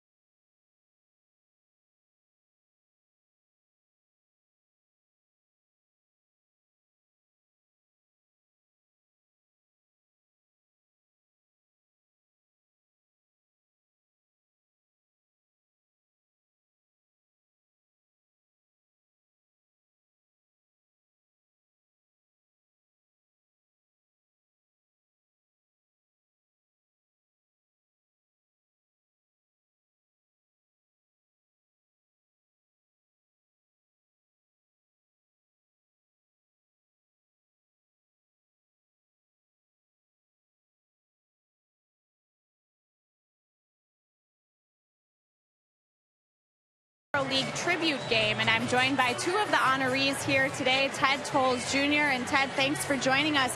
What are some of the highlights of your playing career in the Negro Leagues? Maybe the main highlight was playing my first year with Pittsburgh Crawford. I beat the great Hunters Wagner All-Star team, and that put me on the team with Jackie Robinson All-Stars that faced Bob Feller in the Major League All-Stars. I didn't play in that game, but the greatest thing that happened, Hollywood sent out 3 of their stars, George Raft, James Cagney, and Humphrey Bogart. And I got to shake hands with each one of them, and I'm still shaking their hand. What a phenomenal story. Certainly a highlight for you. And also Nathan Sonny Weston, you were an outfielder with Chicago. What has today been like, the pregame ceremony, and also going into the Hall of Fame tomorrow? I would say I had the most wonderful, pleasant day of my life. I think the fans has been tremendous. The organization, Milwaukee, Brewers organization, and also Mr. Dennis Biddle. I think they've been wonderful, and also the members of the staff have been really wonderful, and I just had a great day. Well, thank you to both Ted and Nathan for joining us. And Brian, tomorrow they will go into the yesterday's Negro League Hall of Fame, a special ceremony for them here today and also tomorrow. Well, it's a great thing the Brewers do. Thanks, Sophia. Great interview there. And, boy, some stories those guys can share. And the Brewers do put the Negro Leagues in their proper place. And it is a league, and it was a time in baseball that needs to be honored and respected. Such an important part of our game. As Granderson sends one to right, that is hooking, and it is gone. A home run for Curtis Granderson. He is breaking out of a slump in a big way tonight. A double in the 3rd and a home run here in the 5th. Yep, they pull it into center field for a double, and now hooks one right down the line, and just able to sneak it over that wall and right. Tucks it inside that foul pole.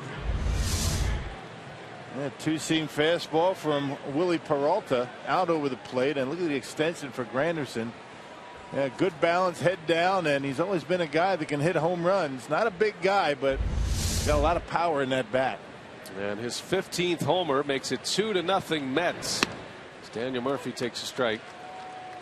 Never well said about the Negro Leagues and you know, the Brewers, and all of baseball for that matter, honoring those players that never did get a chance to play in the major leagues. About time they get their due.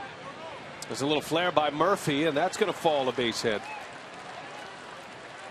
So a single here with nobody out after the home run by Granderson.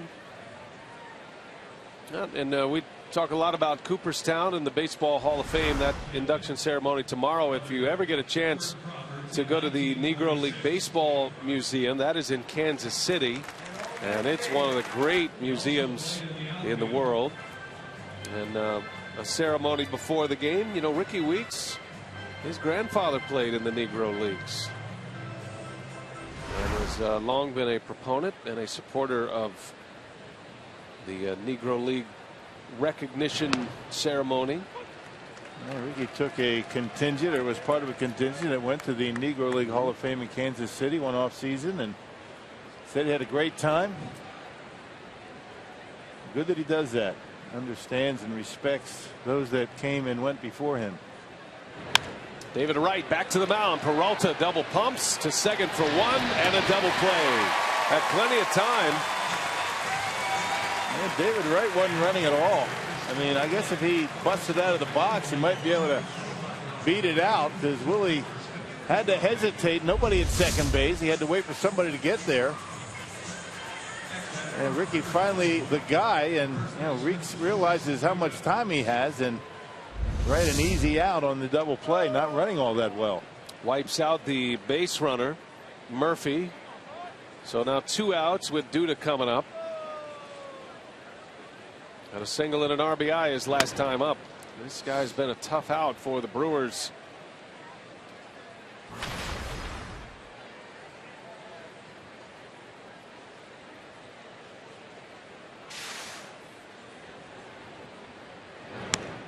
There's a slider for a strike.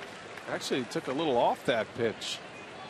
Normally Peralta's slider is anywhere from 87 to 90 miles an hour. That one came in at 82.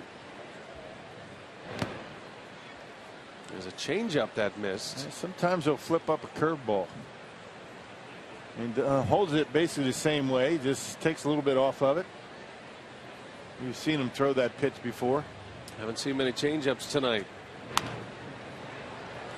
In the air, Duda out in front on another change of pace, and Ramirez makes a catch.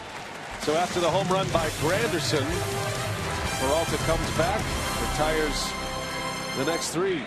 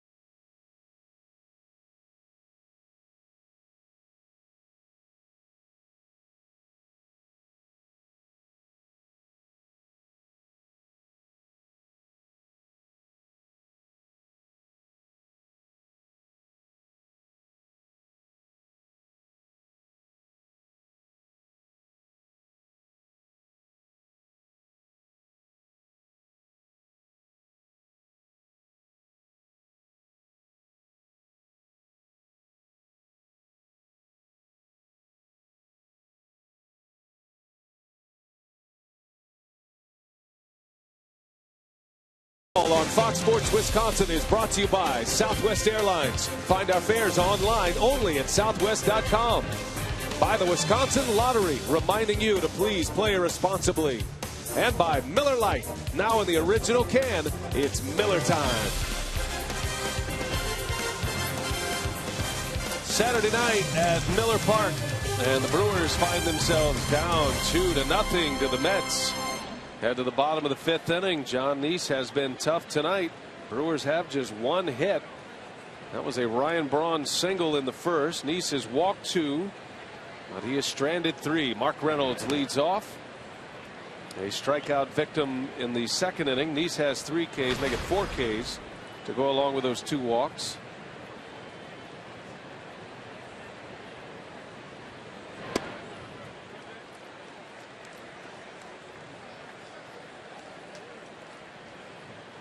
Reynolds back in the starting lineup. Overbay got the call last night at first base platoon, and not a strict platoon for Renicky as much as it is at second base. Sometimes Reynolds will start against right-handed pitching. You rarely see Overbay start against left-handed pitching, but that's more of a scenario where Renicky will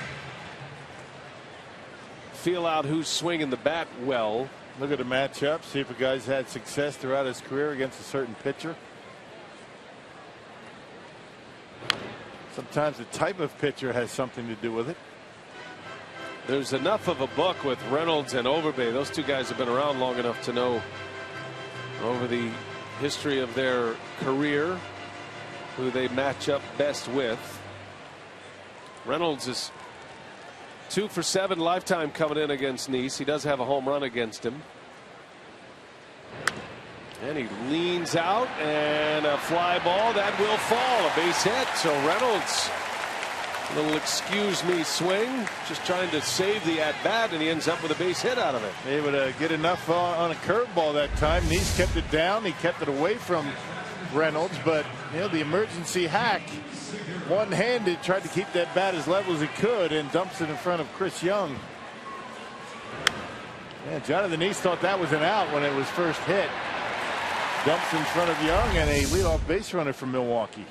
Second time tonight the Brewers have had their lead hitter reach base. Segura shows bunt, takes a ball.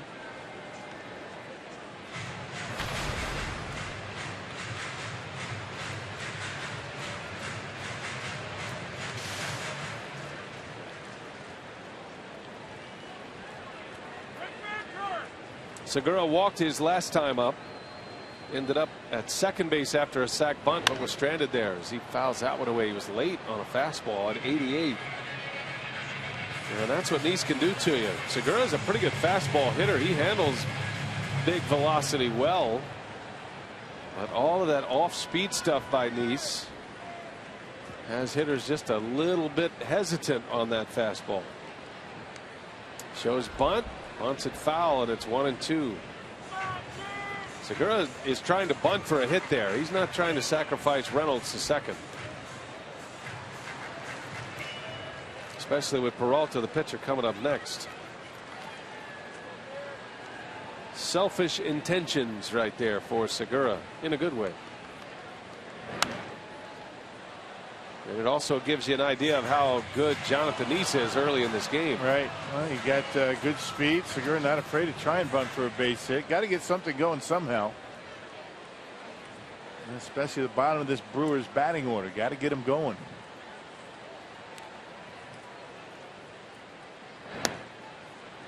2-2.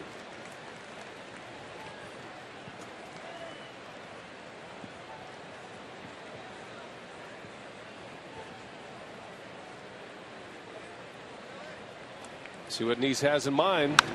And a bouncing ball. Murphy ranges over. He's got it. Throw to second for one. The return is not in time.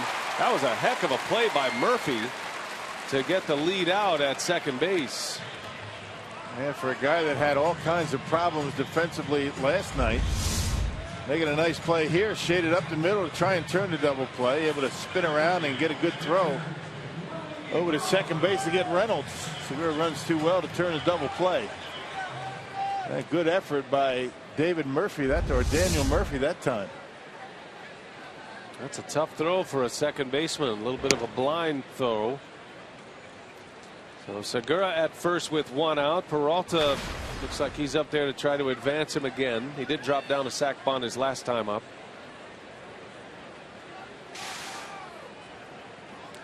2-0 Mets. Curtis Granderson, a home run to start the top of this inning, the 5th. Granderson has scored both runs on 2 hits, a double and a homer. And the Brewers trying to solve the riddle of Jonathan Neese. As Peralta bunts through it, 1-2 the count.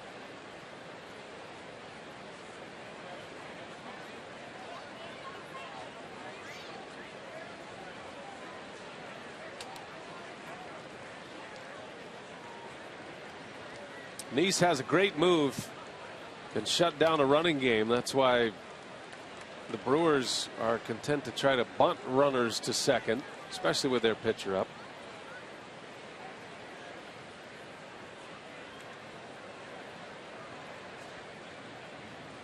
And Segura takes off. Peralta takes the pitch, and Segura safe at second. Oh, a little surprise attack there. Segura swiped second. Peralta took a very close pitch. Stolen base number 16 for Segura. Yeah, big risk right there. I mean, if you bunt it and pop it up, the inning's over. Not a very good throw by d'Arnaud. He skips it to second base, but almost able to get him. Wilmer Flores with a nice pick and a tag. Now it's 3-2, and Peralta hacking away. The other part of that, if Segura's thrown out, you might be looking at a strike him out, throw him out scenario, or you've got 2 outs and 2 strikes on the pitcher. Instead, a base hit could put the Brewers on the board. Peralta into right center field. Granderson will make the catch. Segura's going to tag, and he'll advance. So he ends up at third base. 2 men are out in the inning. And the top of the order coming up in Gomez. Good at bat for Willie that time. Making Neese work pretty hard. Dropped out a bunt his first time up. Helping himself at the plate both times, advancing base runners.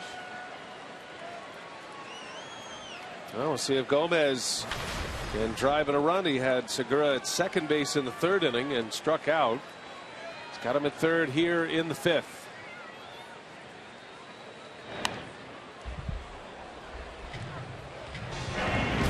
Carlos Gomez hit number 15 last night, gave the Brewers a 2-0 lead. That was against Zach Wheeler. Powerball home run number 15 for Gomez. Yeah, things are looking pretty good at that point.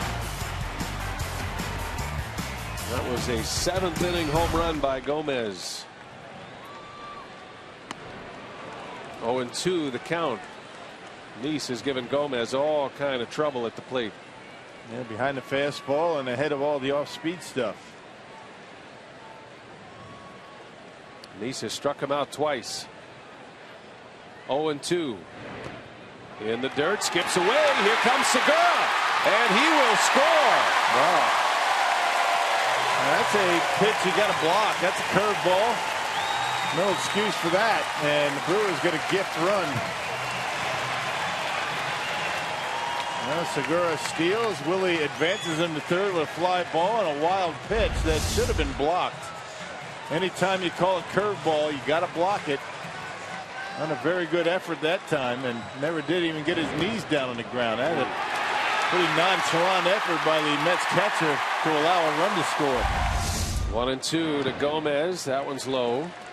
d'Arnaud has been impressive blocking balls in this series. I did notice, though, and the first 2 games, we're getting our first real look at him in this series. He blocks the ball with one knee up, which is not exactly textbook, and it cost him right there. You got to get the shin guards out of the way, because the ball hits the shin guard, no telling where it's going to go.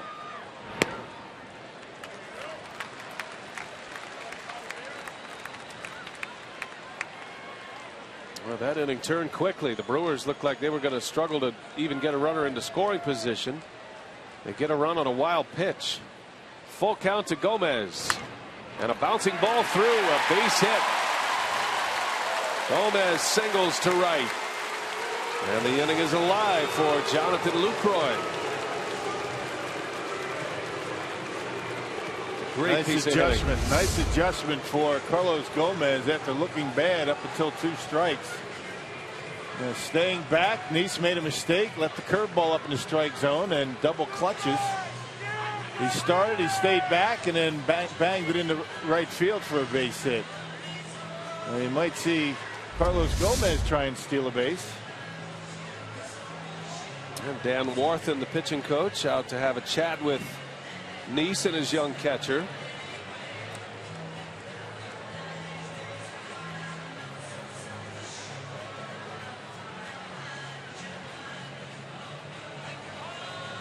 An extended visit by the Mets pitching coach. The home plate umpire, Mark Ripperger, is out there. I wonder, I guess it's an injury situation. He let him talk for a while. Yeah. Well, let's see if Gomez is on the move. He can't steal too many bases against Nice. Pete Segura stole one this inning, and that's a rarity against this guy. Nice has only allowed 3 stolen bases this season. All 3 have been on the road. And since he entered the league in 08, he's allowed the 2nd fewest stolen bases in the majors. Great move. Gomez has 19 steals, 6th in the league, and has only been caught 4 times. And if nothing else, Gomez just trying to become a distraction for Nice with a very dangerous hitter at the plate in Jonathan Lucroy. There's a strike.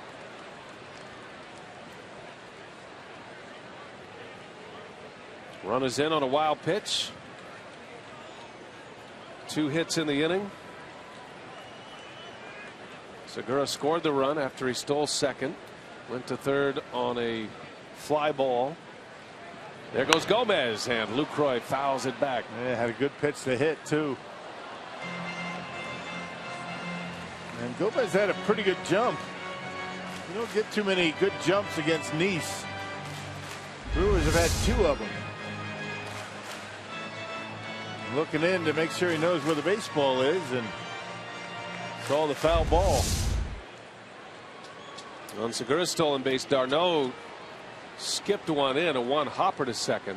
There he goes again. Lucroy fouls another one off. 0-2.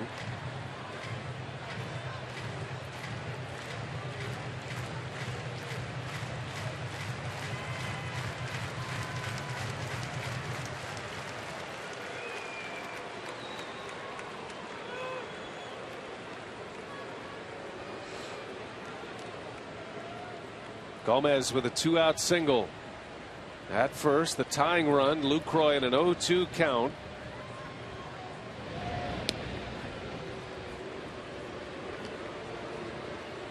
Lucroy had the day off from the starting lineup yesterday. He did pinch hit in the 9th and drew a walk. Was left stranded at first. You can see Nice with the quick release, and may have rushed it a little bit. Missed badly with the curveball, and that's the other part of a fast base runner and a stolen base threat at first base. They take that slide step, try to be quick. Sometimes the arm drags and you make a mistake to the hitter.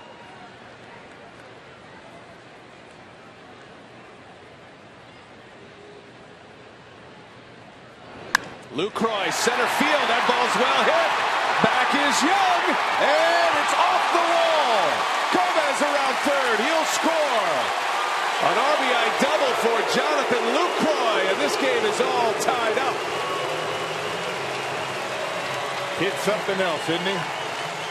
50th RBI of the year for Lucroy. Nearly knocked that one out of the ballpark to dead center.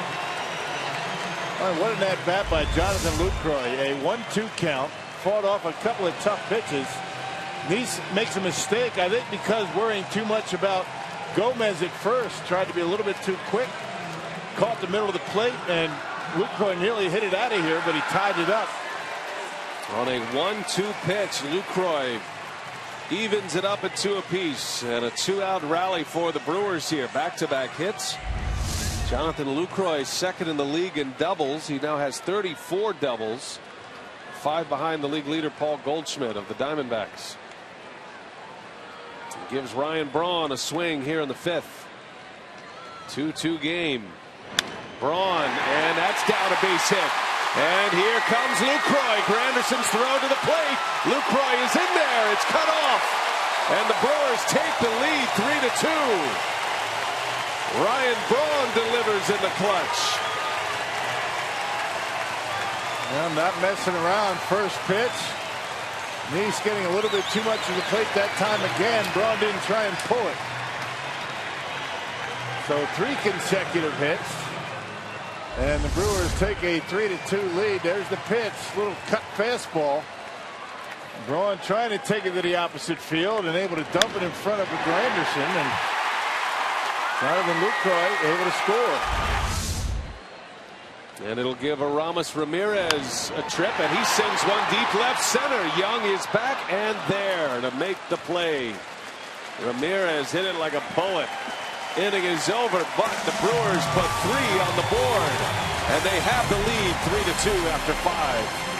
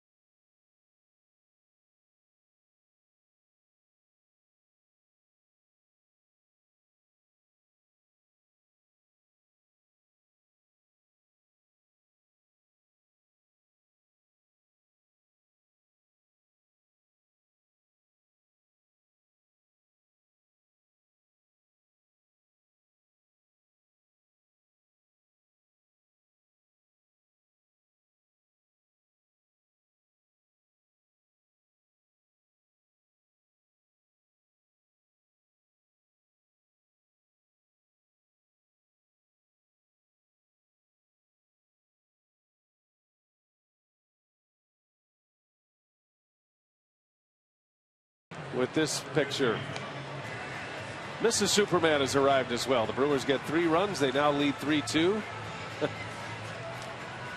As we go to the 6th, now time for you to tweet your photo using hashtag WisFanPhoto for a chance to have it shown in an upcoming broadcast. It's all brought to you by AT&T. A 3-run 5th. First run scored on a wild pitch. RBIs from Lucroy and Braun. And now the Brewers in the lead. Willie Peralta facing Travis d'Arnaud to start this 6th inning.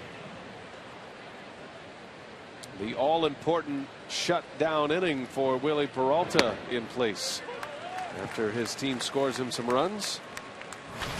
Most pitching coaches, most organizations keep that stat. How pitchers do after their offense gives them some run support in the very next frame. Yeah, keep the momentum. And get 3, give them nothing in their next inning, and then get that offense going. Man, Brewers bottom of the order doing a nice job getting things going in that 5th inning.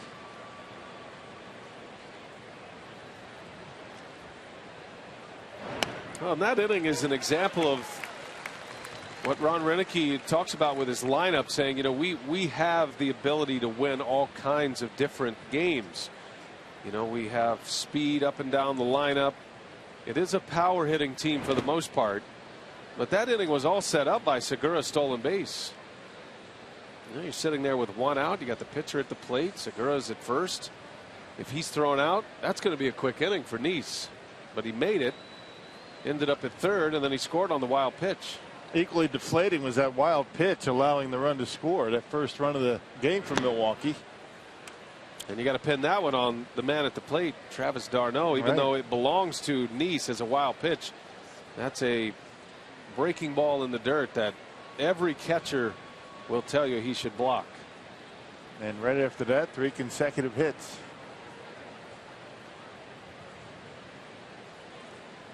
Full count. Darno pops it up. Gomez coming in. Segura's going out. Gomez makes the call in the catch. And Darno is out. He's 0 for 3, and Peralta retires the first batter of the 6th.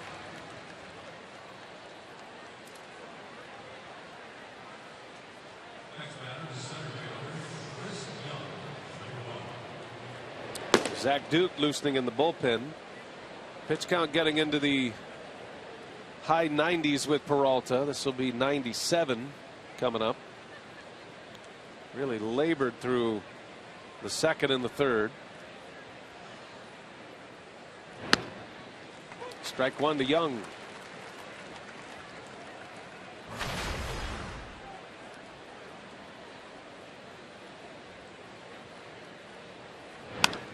And he turns on one left field. That ball's well hit, and a one-hopper off the wall. Chris Young with a double. A one-out double, and the Mets have the tying run in scoring position just like that. Can't leave one middle into that guy. Never could, never will. Got to pound that guy on the outer half of the plate. Sliders away, fastballs away. Look where this pitch ends up, middle in. And he loves it there. He loves to pull the baseball. That's where he makes his money. Nice short stroke and a fastball middle in, and rips it right down the left field line. Young has been on twice tonight. Came in hitting under 200 for the year. He's walked and doubled. And here's the young shortstop, Wilmer Flores, with one away and a strike from Peralta. Flores just called back up prior to this series. Tejada's been a little banged up. He got the start on Thursday night. Tejada started last night, and it's Flores getting the call tonight. Close play at second. Weeks trying to sell it to the second base umpire. Didn't get the call. That's an old school move before they had replay. Yeah, no selling anymore.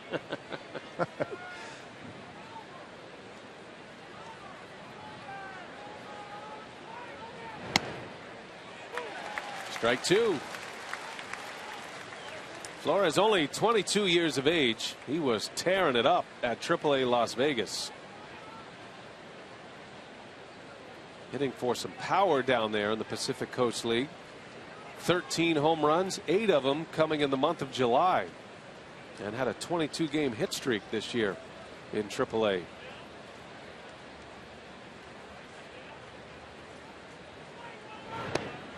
Ooh, slider just missed. Flores with a good take. Yeah, 3 in a row. That one just barely misses that outside corner. Tough pitch to take.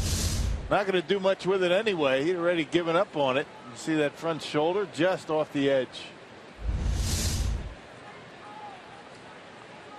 Young with good speed at second. One gone in the inning. Got the pitcher coming up next. This is a big hitter. Fouls back a 96-mile-an-hour heater.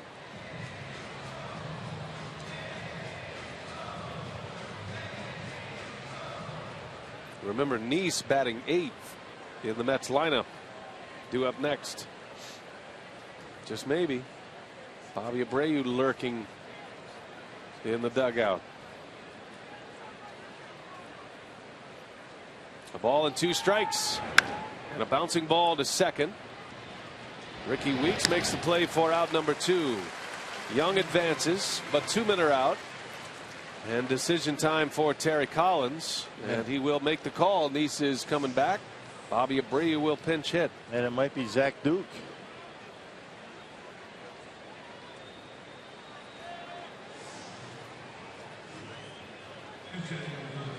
So Abreu announced. Renicky on his way out.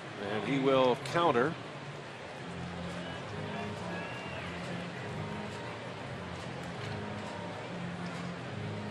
So Peralta's night will end with 5 2/3 tonight, but a chance to win this one as he exits.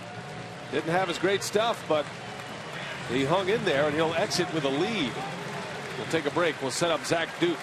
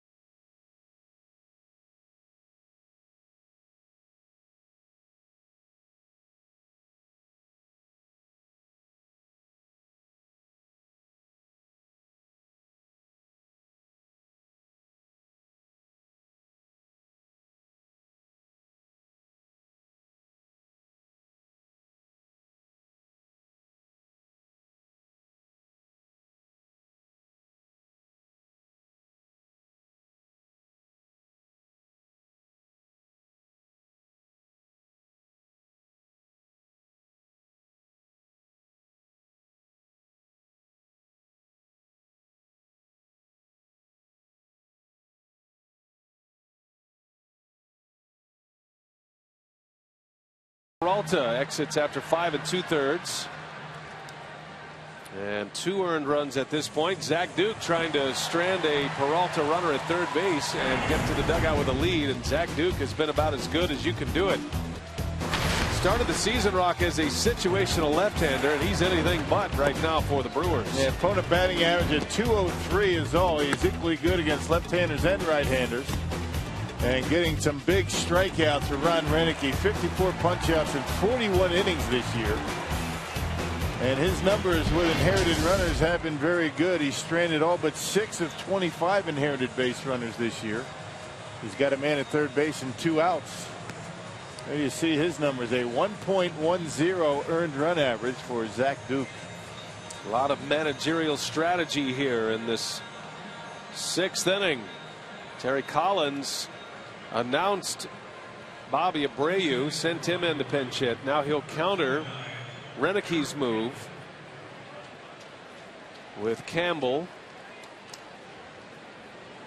who we have seen in the first 2 games coming off the bench. His best pinch hitter off the bench, using him already in the 6th inning. Campbell is 7 for 14 with 3 runs batted in off the bench this year. Runner at third, 2 outs, 3-2. Brewers lead in the 6th.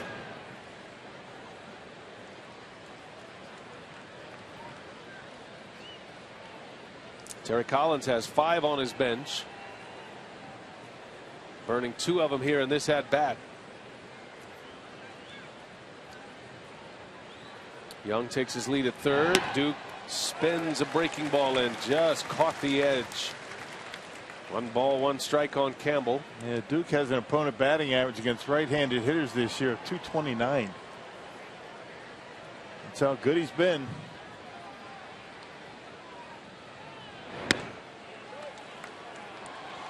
Well, the multiple arm angles, basically just 2 pitches for Duke, fastball and a breaking ball, but he throws both of those pitches from 3 different release points. Backside arm, that fastball got by him at 89 miles an hour. It's 2-2. The first pitch, it was in on Campbell that time, and very late with the swing. Just aren't a lot of guys who throw sidearm like this, or when Duke does it, that can throw it with that kind of velocity. 2-2 and a breaking ball, and he goes. Duke strikes him out. Zach Duke continues his impressive season. 3-2. The Brewers still lead. We go to the bottom of the 6th.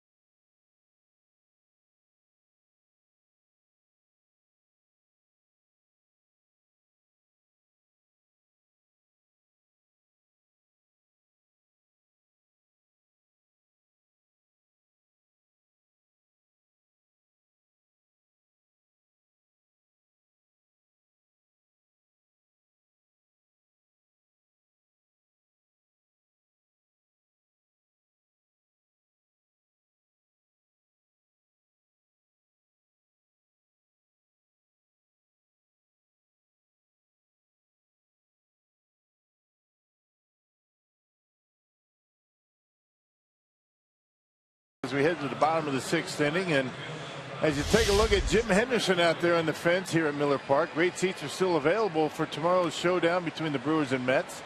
All fans at tomorrow's game will get a Jim Henderson bobblehead courtesy of Chevrolet. Call 414-902-4000 or go to Brewers.com for tickets. Henderson made 3 appearances in Double-A, coming back from that shoulder injury. Made 1 in Triple-A, which is where he is currently. Pitching change for the Mets. Nice was pinch hit for last inning. The Mets starter is out, and it'll be Carlos Torres pitching in back-to-back games for the Mets. He'll take over the 6th inning. We had pitched a scoreless inning in last night's game. This has been a very good bullpen for the Mets. Earned run average in the low 3s. Carlos Torres, a sinker slider pitcher, earned run average under 3 in game number 46 tonight. You can see more strikeouts than innings pitched. Well, that 3-run Brewer 5th inning changed everything for Terry Collins and how he is managing this game. Down a run with an offense that has struggled this year. Collins forced to go to the bench, feeling like that was the spot to try to get the game tied or take the lead. He burns 2 position players, and he loses his starter. Abreu used only as a decoy. Another great job by Zach Duke. Well, this guy just continues to get the job done, whatever role he's in. And I'm sure he wasn't maybe expecting to be pitching in the 6th inning tonight, but he did a terrific job. He's probably going to go out for the 7th. Unless the Brewers have something big going in their half of the 6th inning. Duke's spot in the order would be due up 5th this inning.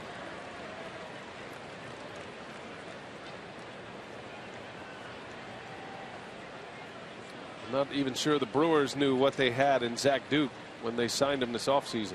Kind of one of those under the radar signings. Signed Duke. Everybody said, okay, well, and we'll see what he does. But boy, he's been invaluable down in that bullpen. Weeks not happy with that strike call. 2-1.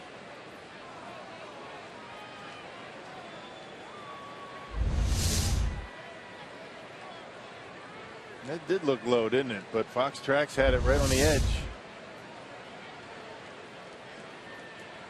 Still got a hitter's count. And Ricky takes a strike. 2-2 now. Carlos Torres leads all major league relievers in innings pitched with 61 in the 3rd innings. He's a guy that will pitch multiple innings out of that bullpen. Does it all the time. The swing man. And you can bet Collins is going to ask him for multiple innings unless he runs into trouble. Big swing and a miss. Weeks strikes out. Got ahead 2-0. Torres comes back and gets the punch out for the first out of the 6th. Take you back to our carsoup.com trivia question tonight. Greg Maddux won 18 Gold Gloves. And we're asking you to name the only other NL pitcher to win one during that span. That would be Mike Hampton of the Atlanta Braves. Off injured Mike Hampton. He could hit too. Yes, he could. 2003, breaking that run for Maddux. No half swing by Davis. 0-1 the count. Yeah, 6 inductees into the Hall of Fame tomorrow afternoon. Cooperstown, New York. First time ever that 3 managers were inducted in the same year. Davis in the right. Granderson going back at the wall, and he's got it for the out. Just in front of the fence. Davis flies out for the 2nd out of the inning. Now, Greg Maddux now a consultant with the Texas Rangers. He's still involved in baseball. Pitching consultant.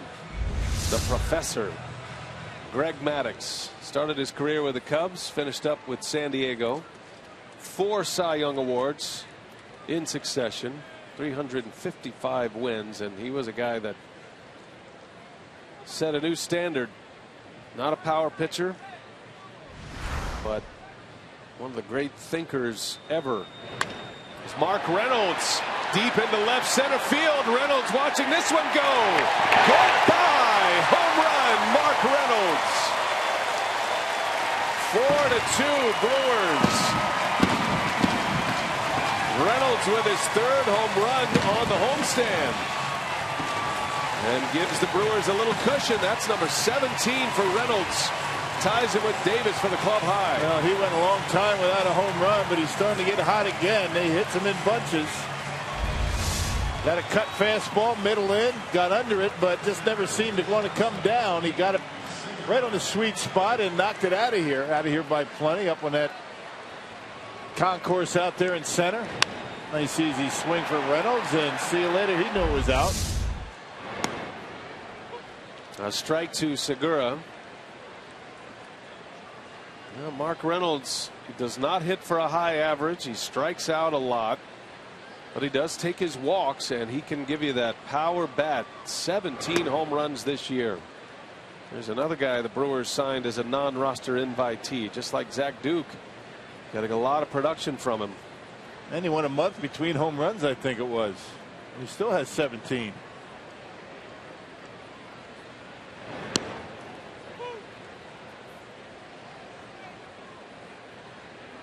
Reynolds hit 2 homers in the day game Wednesday against Cincinnati last Wednesday. Drove in 3 runs, had 3 hits that day. Segura down the right field line, slicing, foul. Boy, he hit that one a ton. 1-2 to count.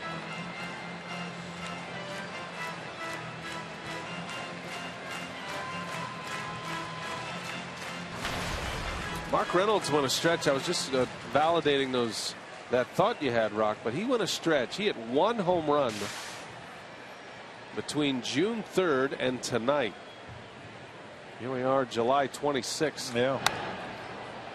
Or until, I beg your pardon, until Wednesday when he hit 2 home runs. Right, yeah. That was July 23rd. So he just 1 home run in 6 weeks. Yeah. A little over 6 weeks. And he still has 17 for the year. Hits him in bunches.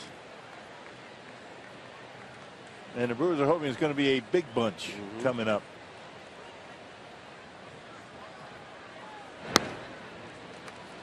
That's the thing with that first base platoon. You try and find the hot hand. You play him, play that guy. Reynolds starts to hit home runs. He's going to get most of the playing time.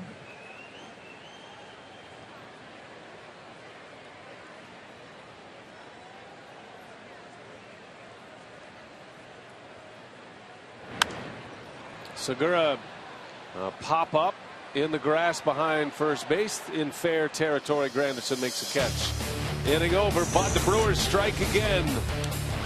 Mark Reynolds, number 17, and Milwaukee on top 4-2 as we go to the 7th inning.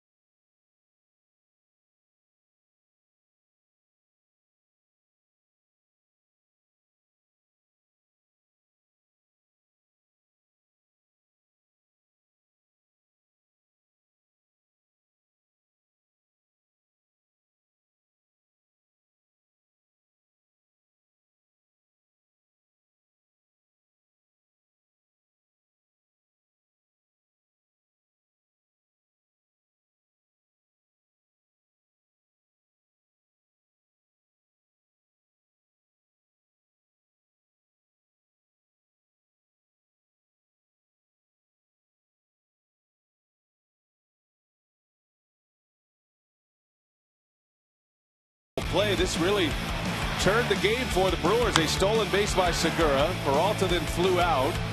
Segura went to third base. 2 outs in the inning, and then a wild pitch. The Brewers were able to get a run in on that wild pitch. And then the Brewers would follow with 3 consecutive hits. Gomez, Lucroy, and Braun. They would tack 2 more runs on in that 3-run 5th inning. Segura's legs got it going. Yeah, Brewers did a very nice job in that inning battling Jonathan Nice, who had really been very tough on him throughout the night until that 5th inning. And he got it all going. Think about that scenario with Nice on the mound. Peralta's up there. Segura's at first.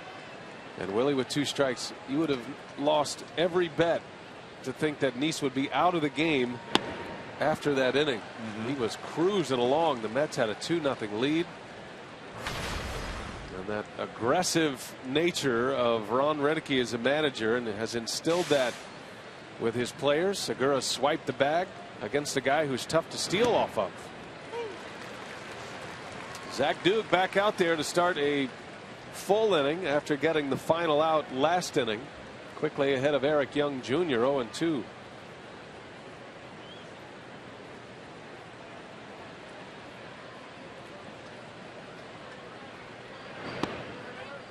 Yeah, Zach Duke has now stranded 20 runners when he has come into games. Only 6 of 26 have come around to score when he's come into the middle of an inning. Not bad. That's how relievers are judged. ERA is one thing, and you have to know the personnel. Sometimes ERA matters. Like for a guy like Frankie Rodriguez, as you see Jeremy Jeffress getting loose. For a guy like K-Rod, ERA matters because he's typically starting an inning on his own. But Duke normally comes in with men on base.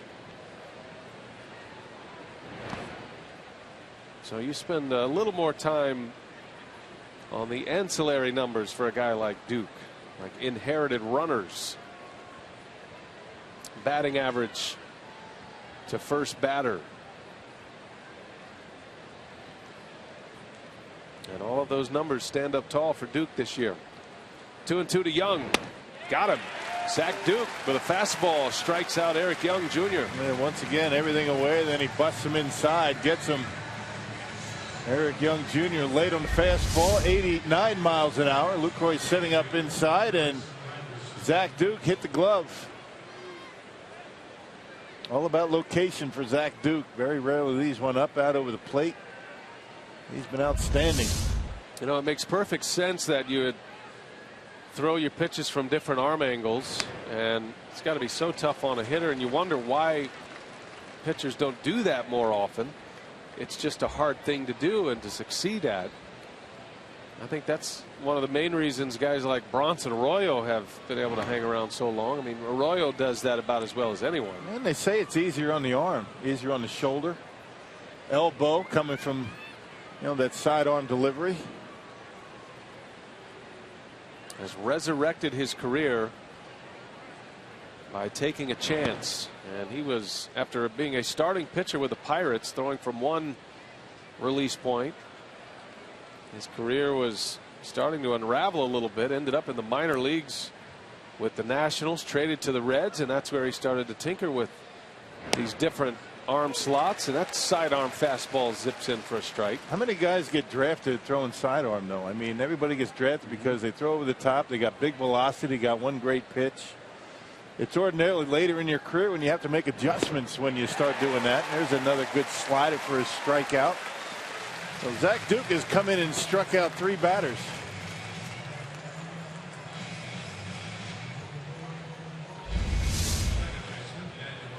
There it is, slider, and look at the location of it. You know, down outer half, and Curtis Granderson swings right over the top of it out in front. And now Duke with 2 outs facing Daniel Murphy. Boy, that missed badly. A very good hitter making up his mind he was going to swing. Murphy 2 for 3 today. 3 hits last night. He's 5 for his last 7. following a stretch where he was 5 for 34 at the plate until yesterday. And another breaking ball, and Murphy misses badly again. It's 0-2.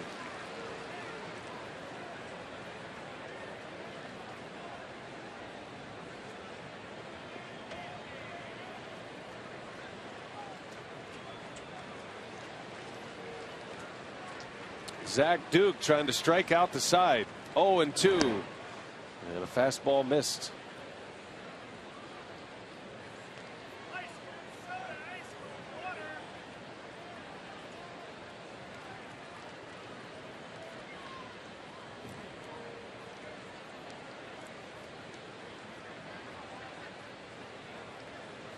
Lucroy wants a fastball. And Duke fires one in sidearm. 2-2 to Murphy. 2 singles tonight, both off Willie Peralta. Peralta's in line for his 12th win, but a lot of outs to get. 2 outs in the 7th. And Murphy lays off. He didn't chase that one. Went over the top that time. Probably going to see one of those sidearm sliders right now on a 3-2 pitch. It's a big pitch right here. Got David Wright on deck. Had him 0-2. Now it's 3-2. And that sidearm breaking ball misses badly. So Murphy wrestles the at-bat away from Duke. Draws the walk. And now Duke will have to face David Wright. Well, that brings us to tonight's time of the game winner. It's Mr. Bob's in Rice Lake. If they call the Brewers in the next 24 hours, they get 40 Miller Lite beer pen tickets to a Brewers home game. This offer courtesy of the Tavern League of Wisconsin and Miller Lite. And Ron Renicky on his way to the mound to make the change. So Zach Duke faces 4 batters, 3 strikeouts. And with the right-hander coming up in David Wright, Renicky will make the call to the bullpen. Good work by Duke. And he'll get a hand on his way out.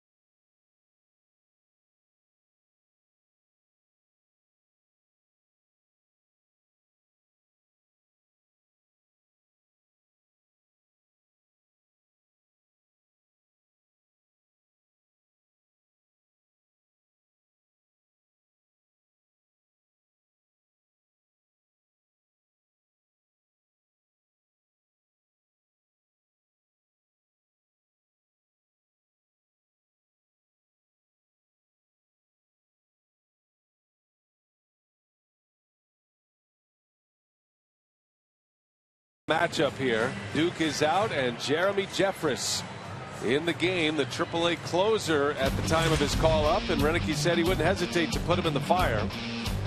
And a blowout game in his last time out, his first game back in the big leagues, first game back with the Brewers since 2010 was impressive.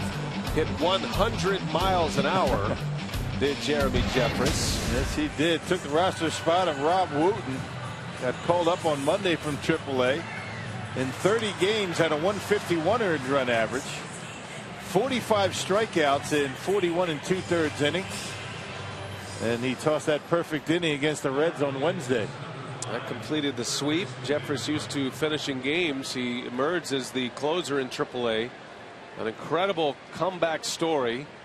If you don't know the Jeremy Jeffress story, was drafted by the Brewers, brought up through their system, had a number of suspensions in the minor leagues, drug suspensions. Actually was diagnosed last year as a member of the Blue Jays with childhood epilepsy, and got himself on the medication, and he's been able to fight his way back to the big leagues. He was lights out at AAA Nashville this season. Went from the Brewers to the Royals, part of the Zach Greinke deal. And then the Royals traded him to the Blue Jays.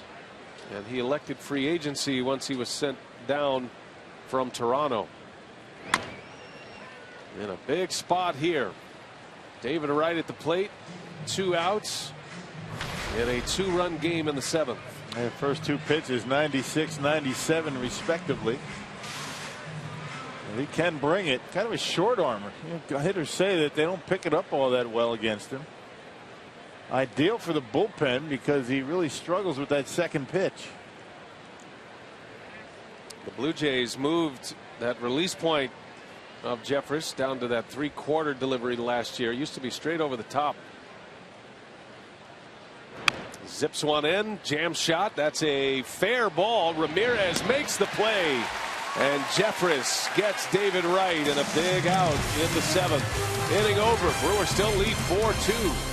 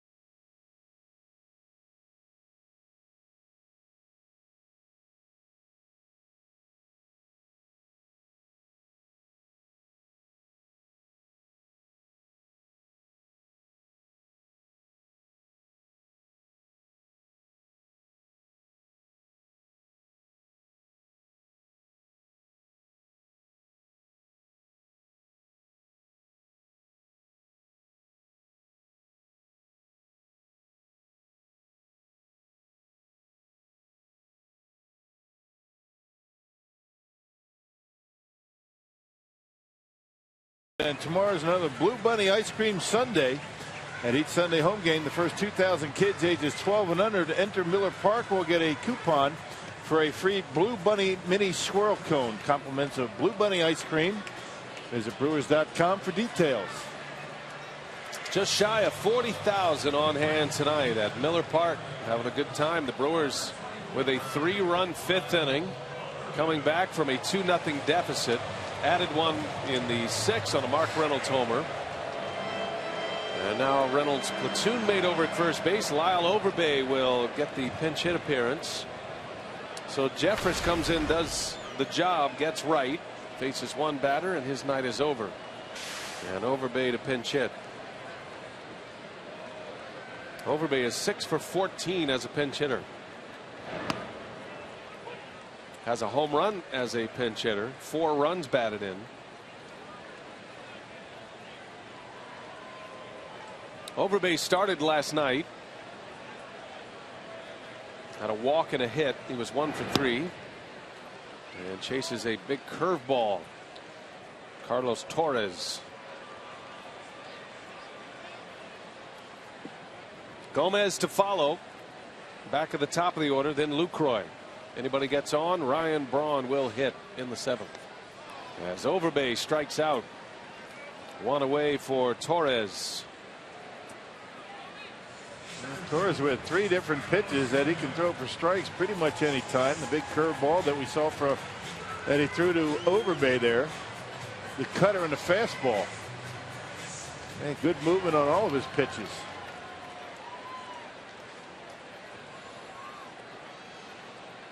On a night when the Reds and the Cardinals have both won already this afternoon.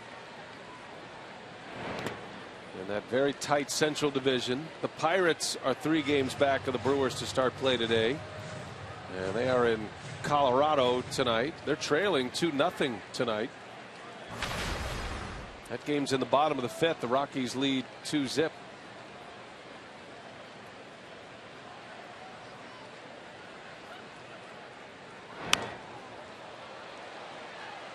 Gomez had a key hit for the Brewers back in the 5th inning, that 3-run frame. Nice had him to 2 strikes. Gomez got a curveball and slapped it into right field, a base hit. That kept the inning alive for Lucroy, who had a 2-strike, 2-out RBI double that tied the game. And then Braun put the Brewers ahead, driving in Lucroy with a base hit to right.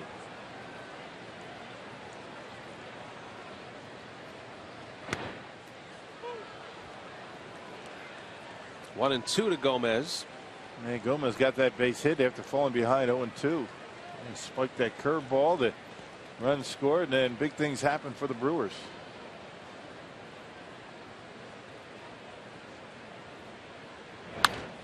Look out. Laces one in the Brewers dugout. Almost wiped out Scooter Gennett. Well, if that quad was injured, it's all healed up now. Guys in the dugout all pointing out to the field of play. Hit it out there, Carlos. Between the lines.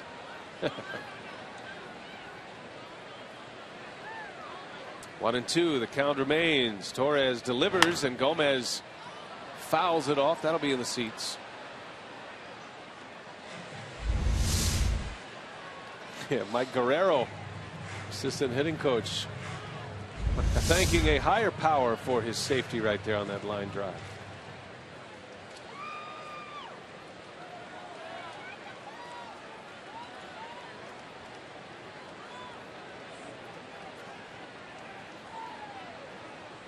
Torres doesn't want the fastballs. Shook off both of them.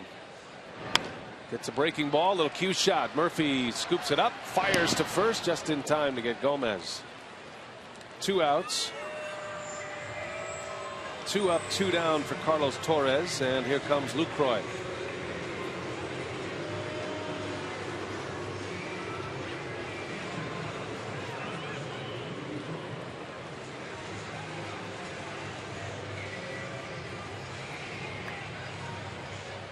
Lucroy had a big hit in the 5th. Got down in the count 1-2. And almost hit one out to center field. Hit the top of the wall. Went for a double and an RBI to tie it up. Lucroy driving in Gomez. 50 RBIs on the year for Jonathan Lucroy.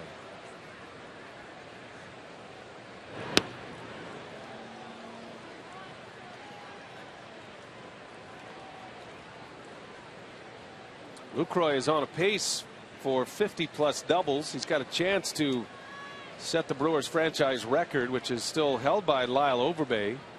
Overbay did it back in 04, had 53 doubles. That one's into right center. Granderson came in, now going back in a panic and makes a catch for the out. And a 1-2-3 inning for Carlos Torres. 7 innings in the books. We go to the 8-4-2 Crew.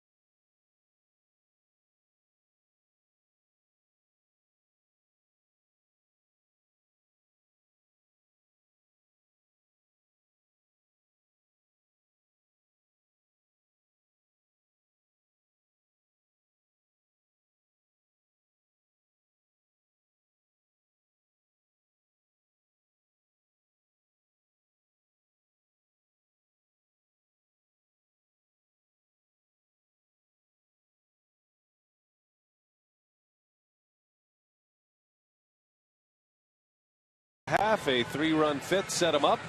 And now we get to the late innings and the strength of this ball club. Will Smith will enter.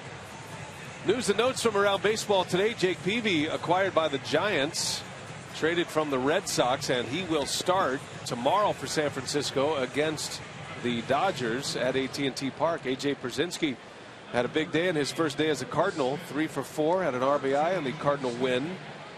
And then the Blue Jays, did you see that, Rock? They snapped a 17-game Yankee Stadium losing streak, beating New York today. That's something, huh? 17 in a row. Wow. So those are some of the news and notes around baseball here in Milwaukee. The Brewers lead 4-2, trying to maintain their 3-game lead in the division, and they'll give the ball to Will Smith to start the 8th. Yeah, Will leads the major leagues in appearances with 53 appearances, now 54, a 3.06 earned run average. Pitched in last night's game. Retired the only batter that he faced. That was Curtis Granderson. That was in the 8th inning. So Smith, the Brewers setup man, will have Lucas Duda to deal with to start the inning. Jeremy Jeffress following up Zach Duke, retiring David Wright to end the 7th inning. Brewers got a good bullpen work. Duke went a full inning with 3 strikeouts, 1 walk. Jeffress a third of an inning with a ground out to right. Will Smith on pace for an 80-game season. That's a lot. Yes, it is. Lucas Duda starts it. Big curveball in there for a strike. Now for Smith, it's his first full season in the big leagues. Royals had him up and down between Kansas City and AAA Omaha on 7 different occasions last year. And they thought about Smith as a starter. Royals had a ton of pitching. They traded from a position of strength in their pitching, especially in their relief pitching, where Smith ended up. Came to the Brewers in the Nori Aoki deal.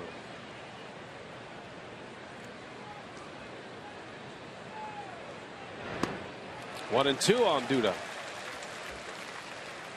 Left-handed hitters against Will Smith this year, hitting just 169. Oh, Duda's the only left-hander he's going to see. Nothing but right-handers on the bench for the Mets. And a bunch of right-handers coming up in the batting order. More than half of the outs against left-handed batters for Smith have been strikeouts. 34 Ks, 65 at-bats.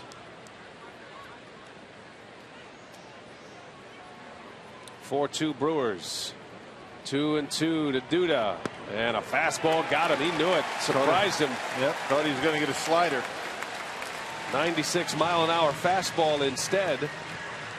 And the first out of the inning is a K, a backwards K for Will Smith. Pretty close to the middle of the plate. Yep, it was middle of the plate, and Duda would like to see that one again sometime. Yeah, Will Smith tricked him and got it by him. That's a big out. That guy has been a tough out in this series. And now there's a way to the finish line of this game without having to face Granderson, Murphy, David Wright, even Duda again. Travis d'Arnaud bats 5th for the Mets.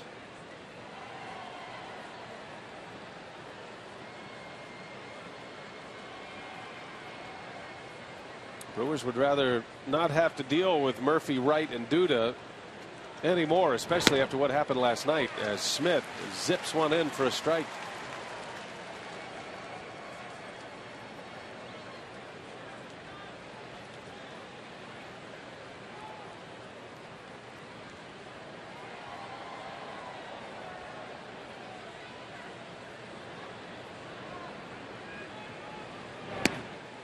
Another one in there. 1-2 the count on d'Arnaud. Velocity pretty good for Smith tonight. He got one in 96 to strike out Duda. That was 94 on the outside corner.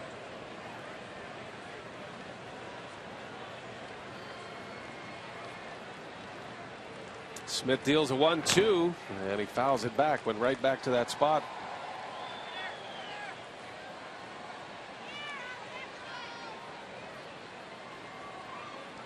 Will Smith throwing as hard now than he has all season long. Man, good to see. You know, talking about his appearances, and he's on a pace for 80. Still the most appearances in the league, but the Brewers have actually had him on a pretty decent pace. I mean, they've shut him down a little bit. He hasn't pitched as much over the last 2 weeks, even right before the All-Star break, as he was. So that just gives you an idea of how much he was worked through the first half of the season. 2-2.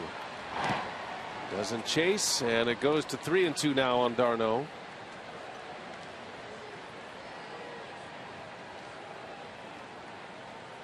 Travis has a brother, Chase, who is a professional baseball player as well. Had a little time in the big leagues. Chase d'Arnaud with the Pirates.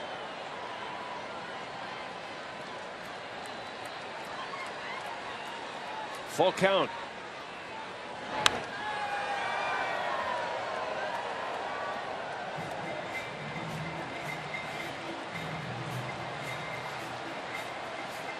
Big man from just outside Atlanta. Will Smith, 6'5". What a find he's been. Payoff pitch again. And he got him. Smith with a fastball picks up his second strikeout. Yeah, what are you looking for, right? d'Arnaud having a chat with Mark Ripper. That one had plenty to play. Not sure where he thought that was. I guess it did, right on the corner. It's number 8. Looked better first time I saw it. That was a strike. Well, these Mets, they like to take pitches, don't they? Patient approach gets them rung up a lot. Yeah. 2 outs. Can't leave your at bat in the hands of the umpire, especially when you're down by a couple of runs. You got to swing that bat.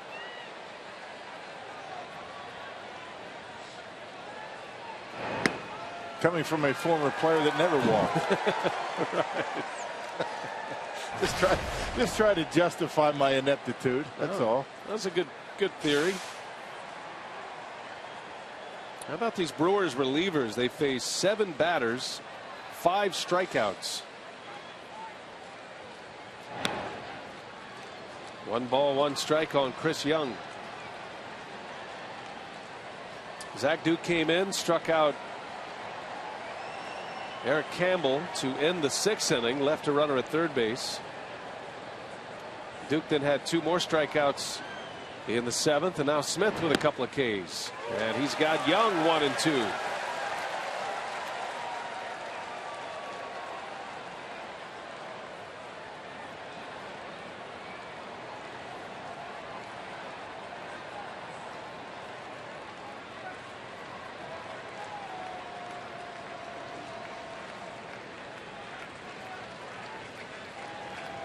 One ball, 2 strikes. Smith trying to strike out the side. And that one misses. 96 with some tail on it. 2-2 now. In the bottom of the 8th, the Brewers will have Braun, Ramirez, and Weeks. And Smith trying to get him there with a 2-run lead.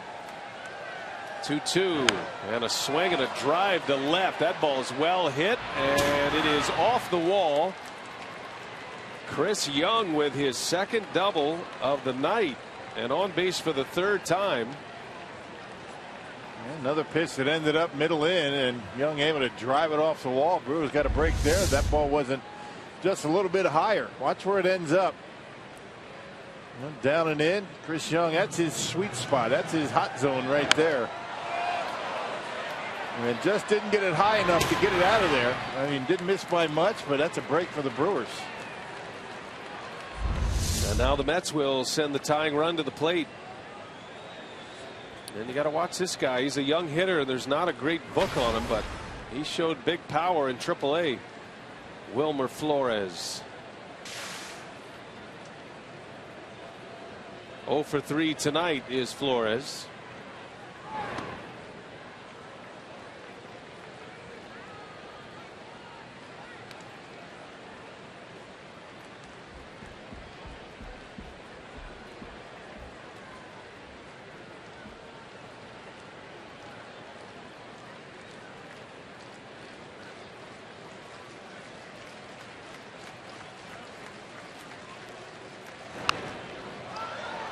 1 ball, 1 strike. Had a good pitch to hit right there. Middle in, 93 miles an hour. Fouled it straight back. Showing a little bit of an aggressive approach as the tying run in the 8th inning. Had a pretty good swing of that pitch.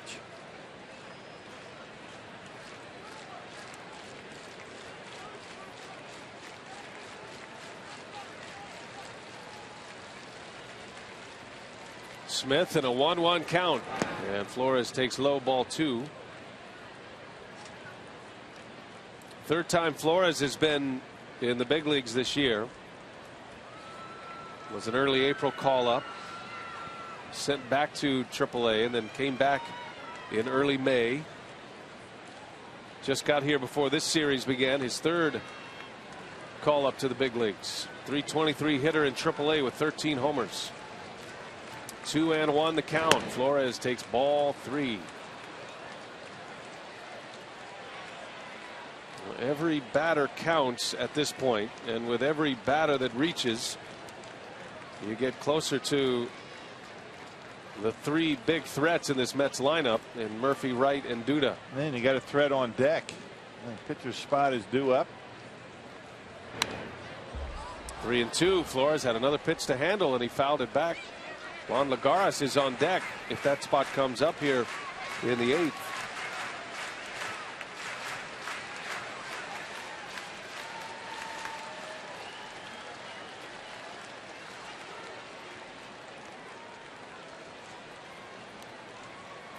Well, Chris Young with a 2-out double.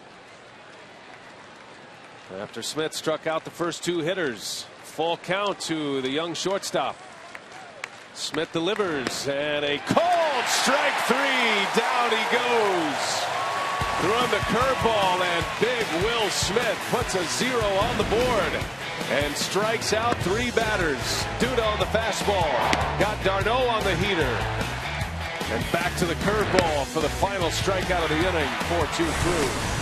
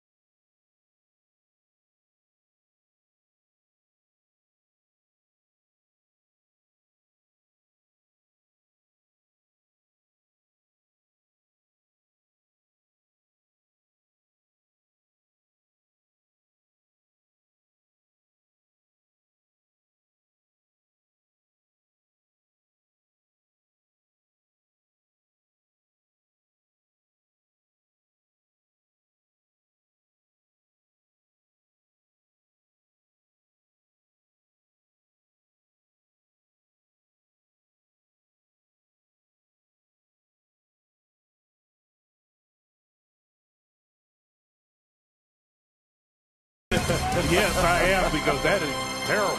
All right, 4-2 Brewers. We go to the bottom of the 8th. They are out in front right now. A lot of great storylines tonight. The bullpen, definitely a major one. But how about the 5th inning?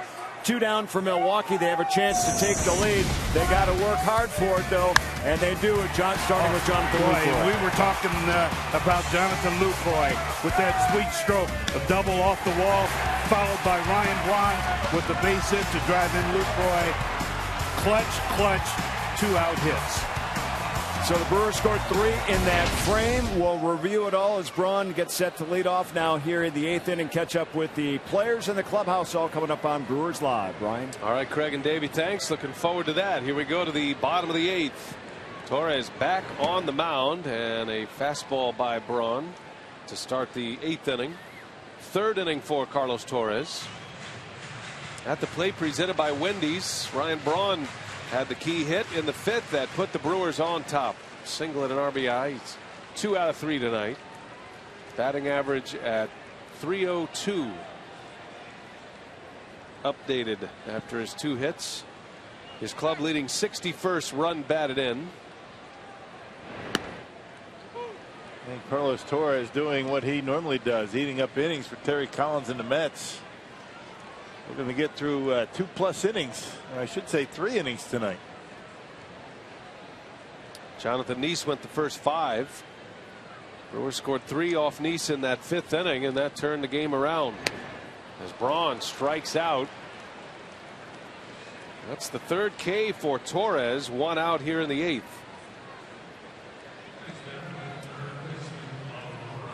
Finale of the series tomorrow afternoon. We hope you'll make plans to be with us.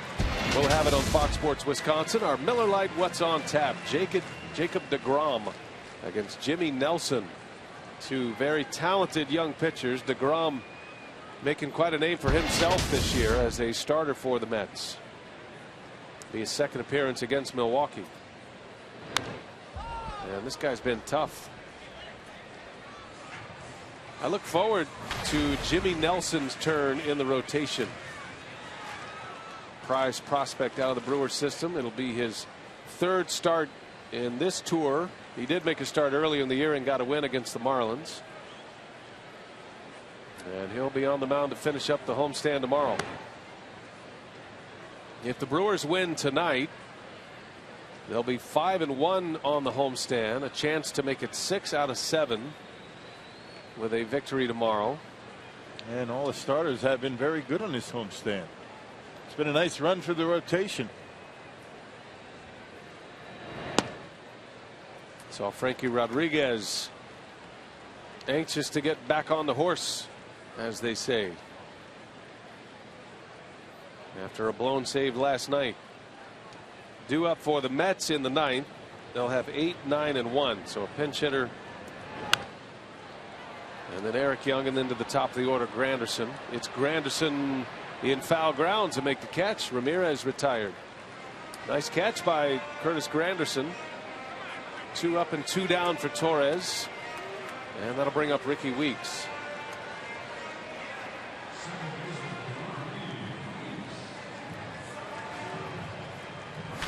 Figure Collins will use Lagares at some point, probably to lead off the inning. He was on deck in the top of this inning before the strikeout of Flores. Yeah, because you're really not going to pinch hit for anybody at the top of the order. So you certainly want to get through the game. You're down a couple of runs. You got to use him at some point. A home run threat.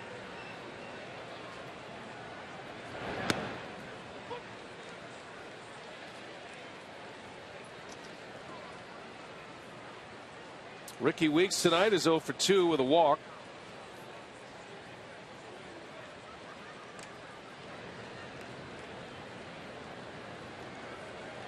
All expectations that Scooter Gennett will be back in the starting lineup tomorrow against deGrom, the right-hander.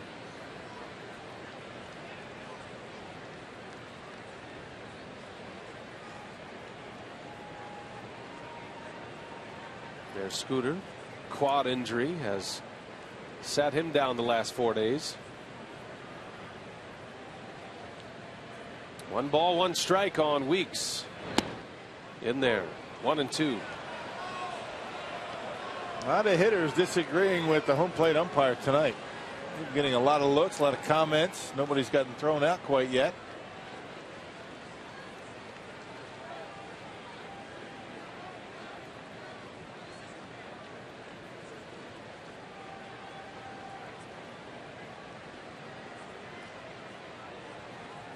Back to the fastball, 1 and 2 on Weeks.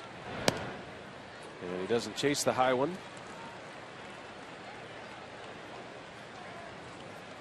Brewers got an insurance run in the 6th. Mark Reynolds went deep. His club leading 17th homer joins him at the top with Davis. That was a big one. Made it 4-2. That's where we sit here in the 8th. 2 and 2 the count. Torres deals, and Weeks takes ball 3.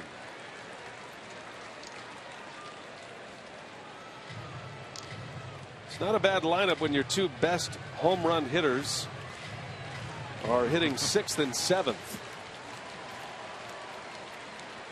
And one of them's not even an everyday player. Davis due up next. If Weeks can give him an at bat here in this 8th. Back up the middle and a base hit. Ricky Weeks breaks his bat, but a single with 2 away. Well, he stayed on that pitch nicely. Now fastball in the outside corner. Second base runner against Torres tonight. Keeps the inning alive for Chris Davis. Well, we asked you for your photos on Twitter, our AT&T fan photo. And it comes from Shanny tonight. Nice picture. Big smile, and we appreciate you sending it in, Shanny. Here's Davis.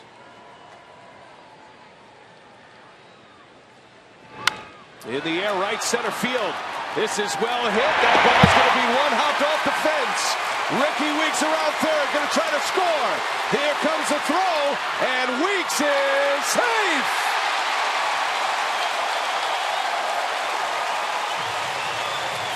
To 2 Brewers on an RBI from Chris Davis. Well, not messing around, picking on the first pitch, and how about that kid driving that ball to the opposite field?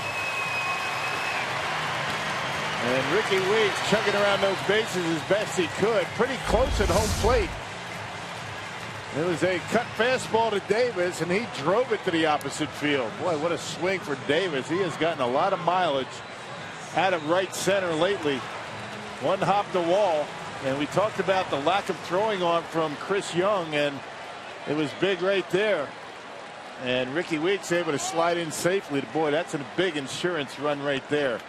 2 outs, nobody on, single, double, and the Brewers take a three-run lead. Badger Mutual insurance run of the game.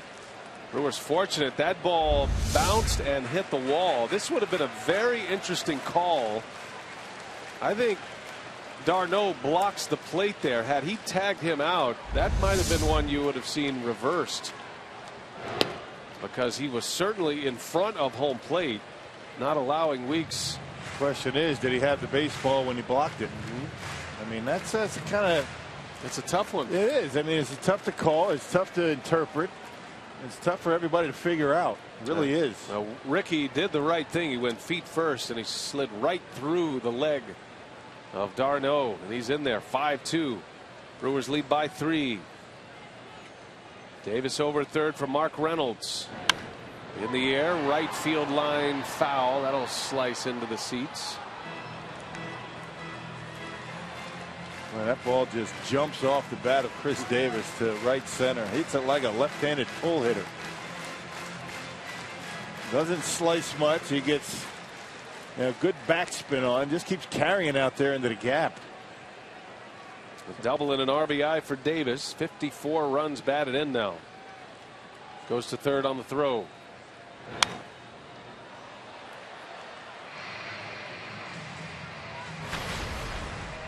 Well, the Brewers got a run in the 6th. A home run by Mark. 2 outs, nobody on, and getting another with 2 outs, nobody on here in the 8th. All the runs for the Brewers tonight have come with 2 outs.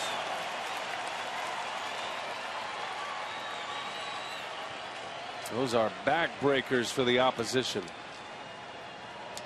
especially when you score multiple runs in an inning with 2 outs like the Brewers did in the 5th.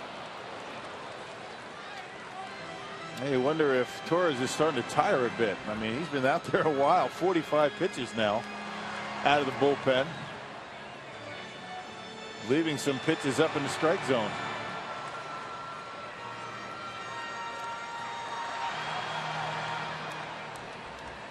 d'Arnaud shake it up a little bit.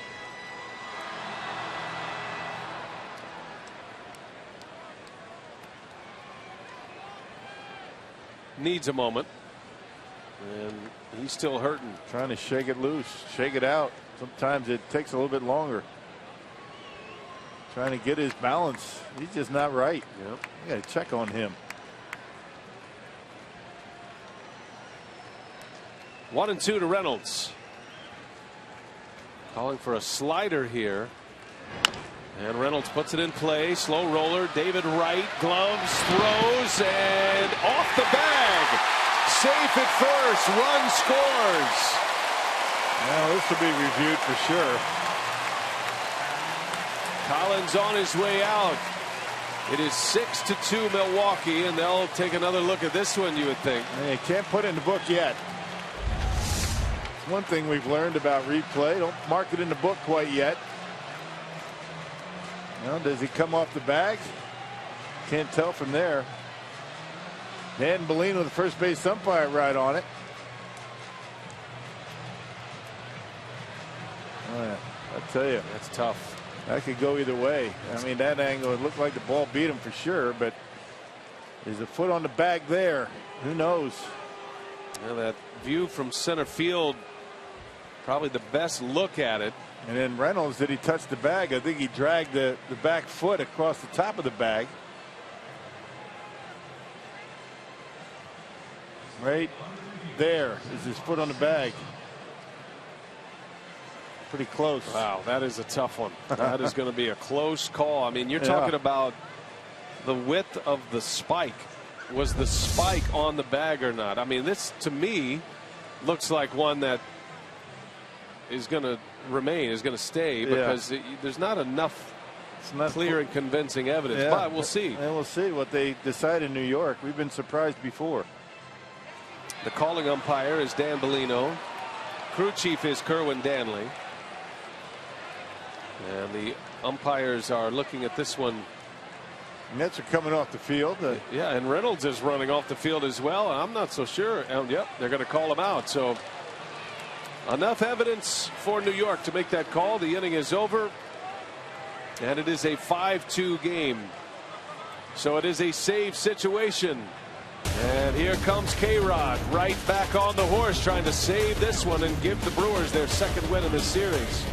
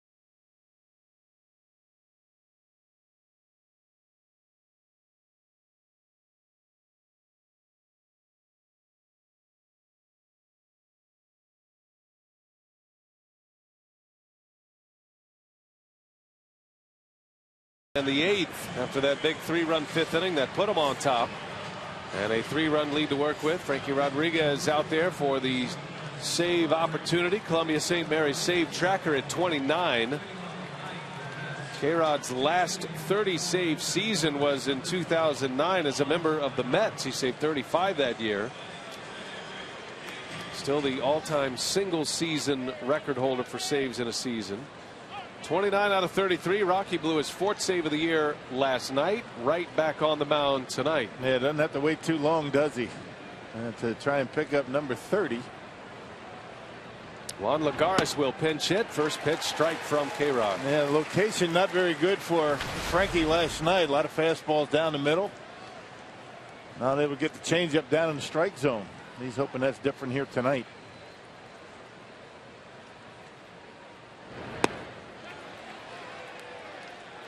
Checks his swing.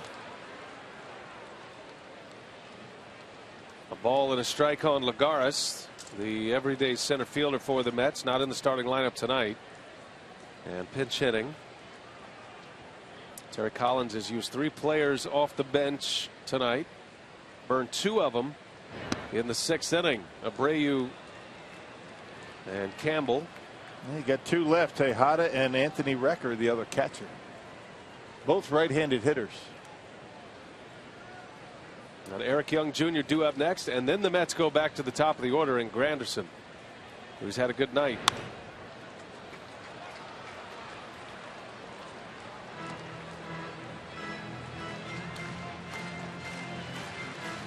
Well, that run in the 8th looks big. Chris Davis with a 2-out RBI double, scoring Ricky Weeks, who had a 2-out 2-strike single to extend the inning. And a 3-run lead for K-Rod to work with. 2-2 the count on Lagares. Got him. Frankie Rodriguez strikes him out. Went with a fastball up the ladder and out number 1 of this 9th inning. And K-Rod getting the leadoff hitter tonight. He allowed 4 hits before he got his first out last night.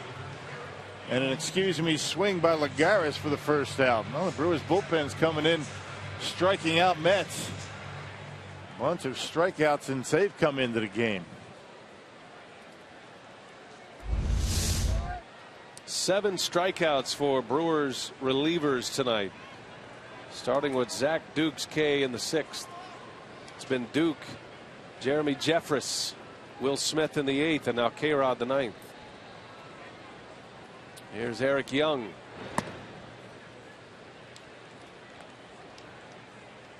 Right behind the Brewers in the division, the Pirates and the Cardinals. St. Louis beat the Cubs 6-3 today, this afternoon at Wrigley. Pirates are trailing 4-0 in Colorado tonight. That game's in the 7th inning. Cincinnati in 4th place in the division. They won behind Johnny Cueto 1-0 over Washington. Cueto got the win, Chapman the save.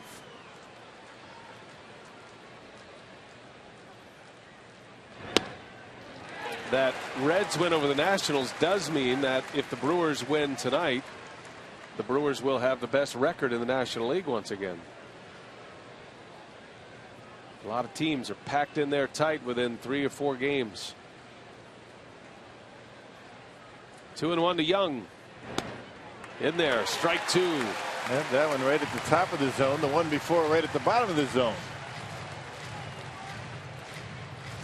Rodriguez still having a tough time with the changeup, but able to get strikes with the fastball. You can see the 2 strikes, one at the bottom, one at the top of the strike zone.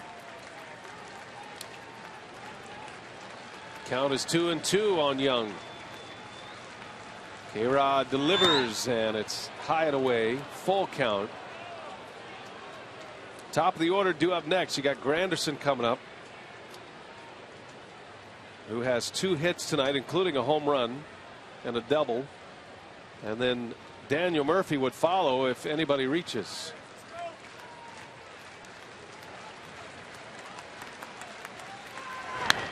Line drive, base hit. Down into the right field corner. Young can fly and is into second base with a double. So a 1-out double, and the Mets have a man on as they go back to the top of the order. Man, just can't get a feel for the changeup tonight. Yeah, same situation for him a night ago. So on a 3-2 pitch, K-Rod doesn't want to walk him, throws him a fastball down the middle and lines it down the line and right. Able to get enough of it just over the head of Reynolds and down into the corner. Well, now that run in the 8th, even bigger here. Tying run is still on deck at this point. Granderson up 2 for 4 tonight. There's the change. That was a good one, too. Found it. There it is. Best one he's thrown in a couple of nights. Good way to start off a power hitter right here with a changeup.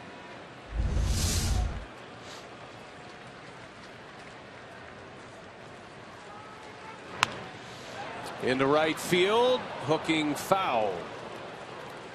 Had him out ahead of one. Anderson making a bid for his third hit. Instead, it's a strike. 0-2 the count now.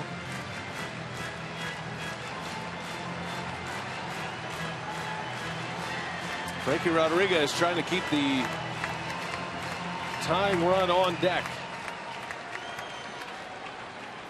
Both teams with 8 hits tonight. Brewers trailed 2-0 going into the bottom of the 5th, then scored 3 in that inning with 2 outs. Actually got one of the runs on a wild pitch with 1 out, and then the 2 big hits with 2 outs to take the lead. 0-2 the count, and a called strike 3. Granderson is rung up. Frankie Rodriguez with a fastball on the outside corner. His second strikeout, and 2 gone in the 9th. Yeah, just continue to take close pitches, and looked like Fox Tracks had that one maybe an inch off the outside corner, but Frankie gets the call. Look at Lucroy holding it there nicely, and home plate umpire rings him up. 2 outs. Mets down to their last out. Daniel Murphy steps in. The crowd on its feet, just shy of 40,000 at Miller Park tonight.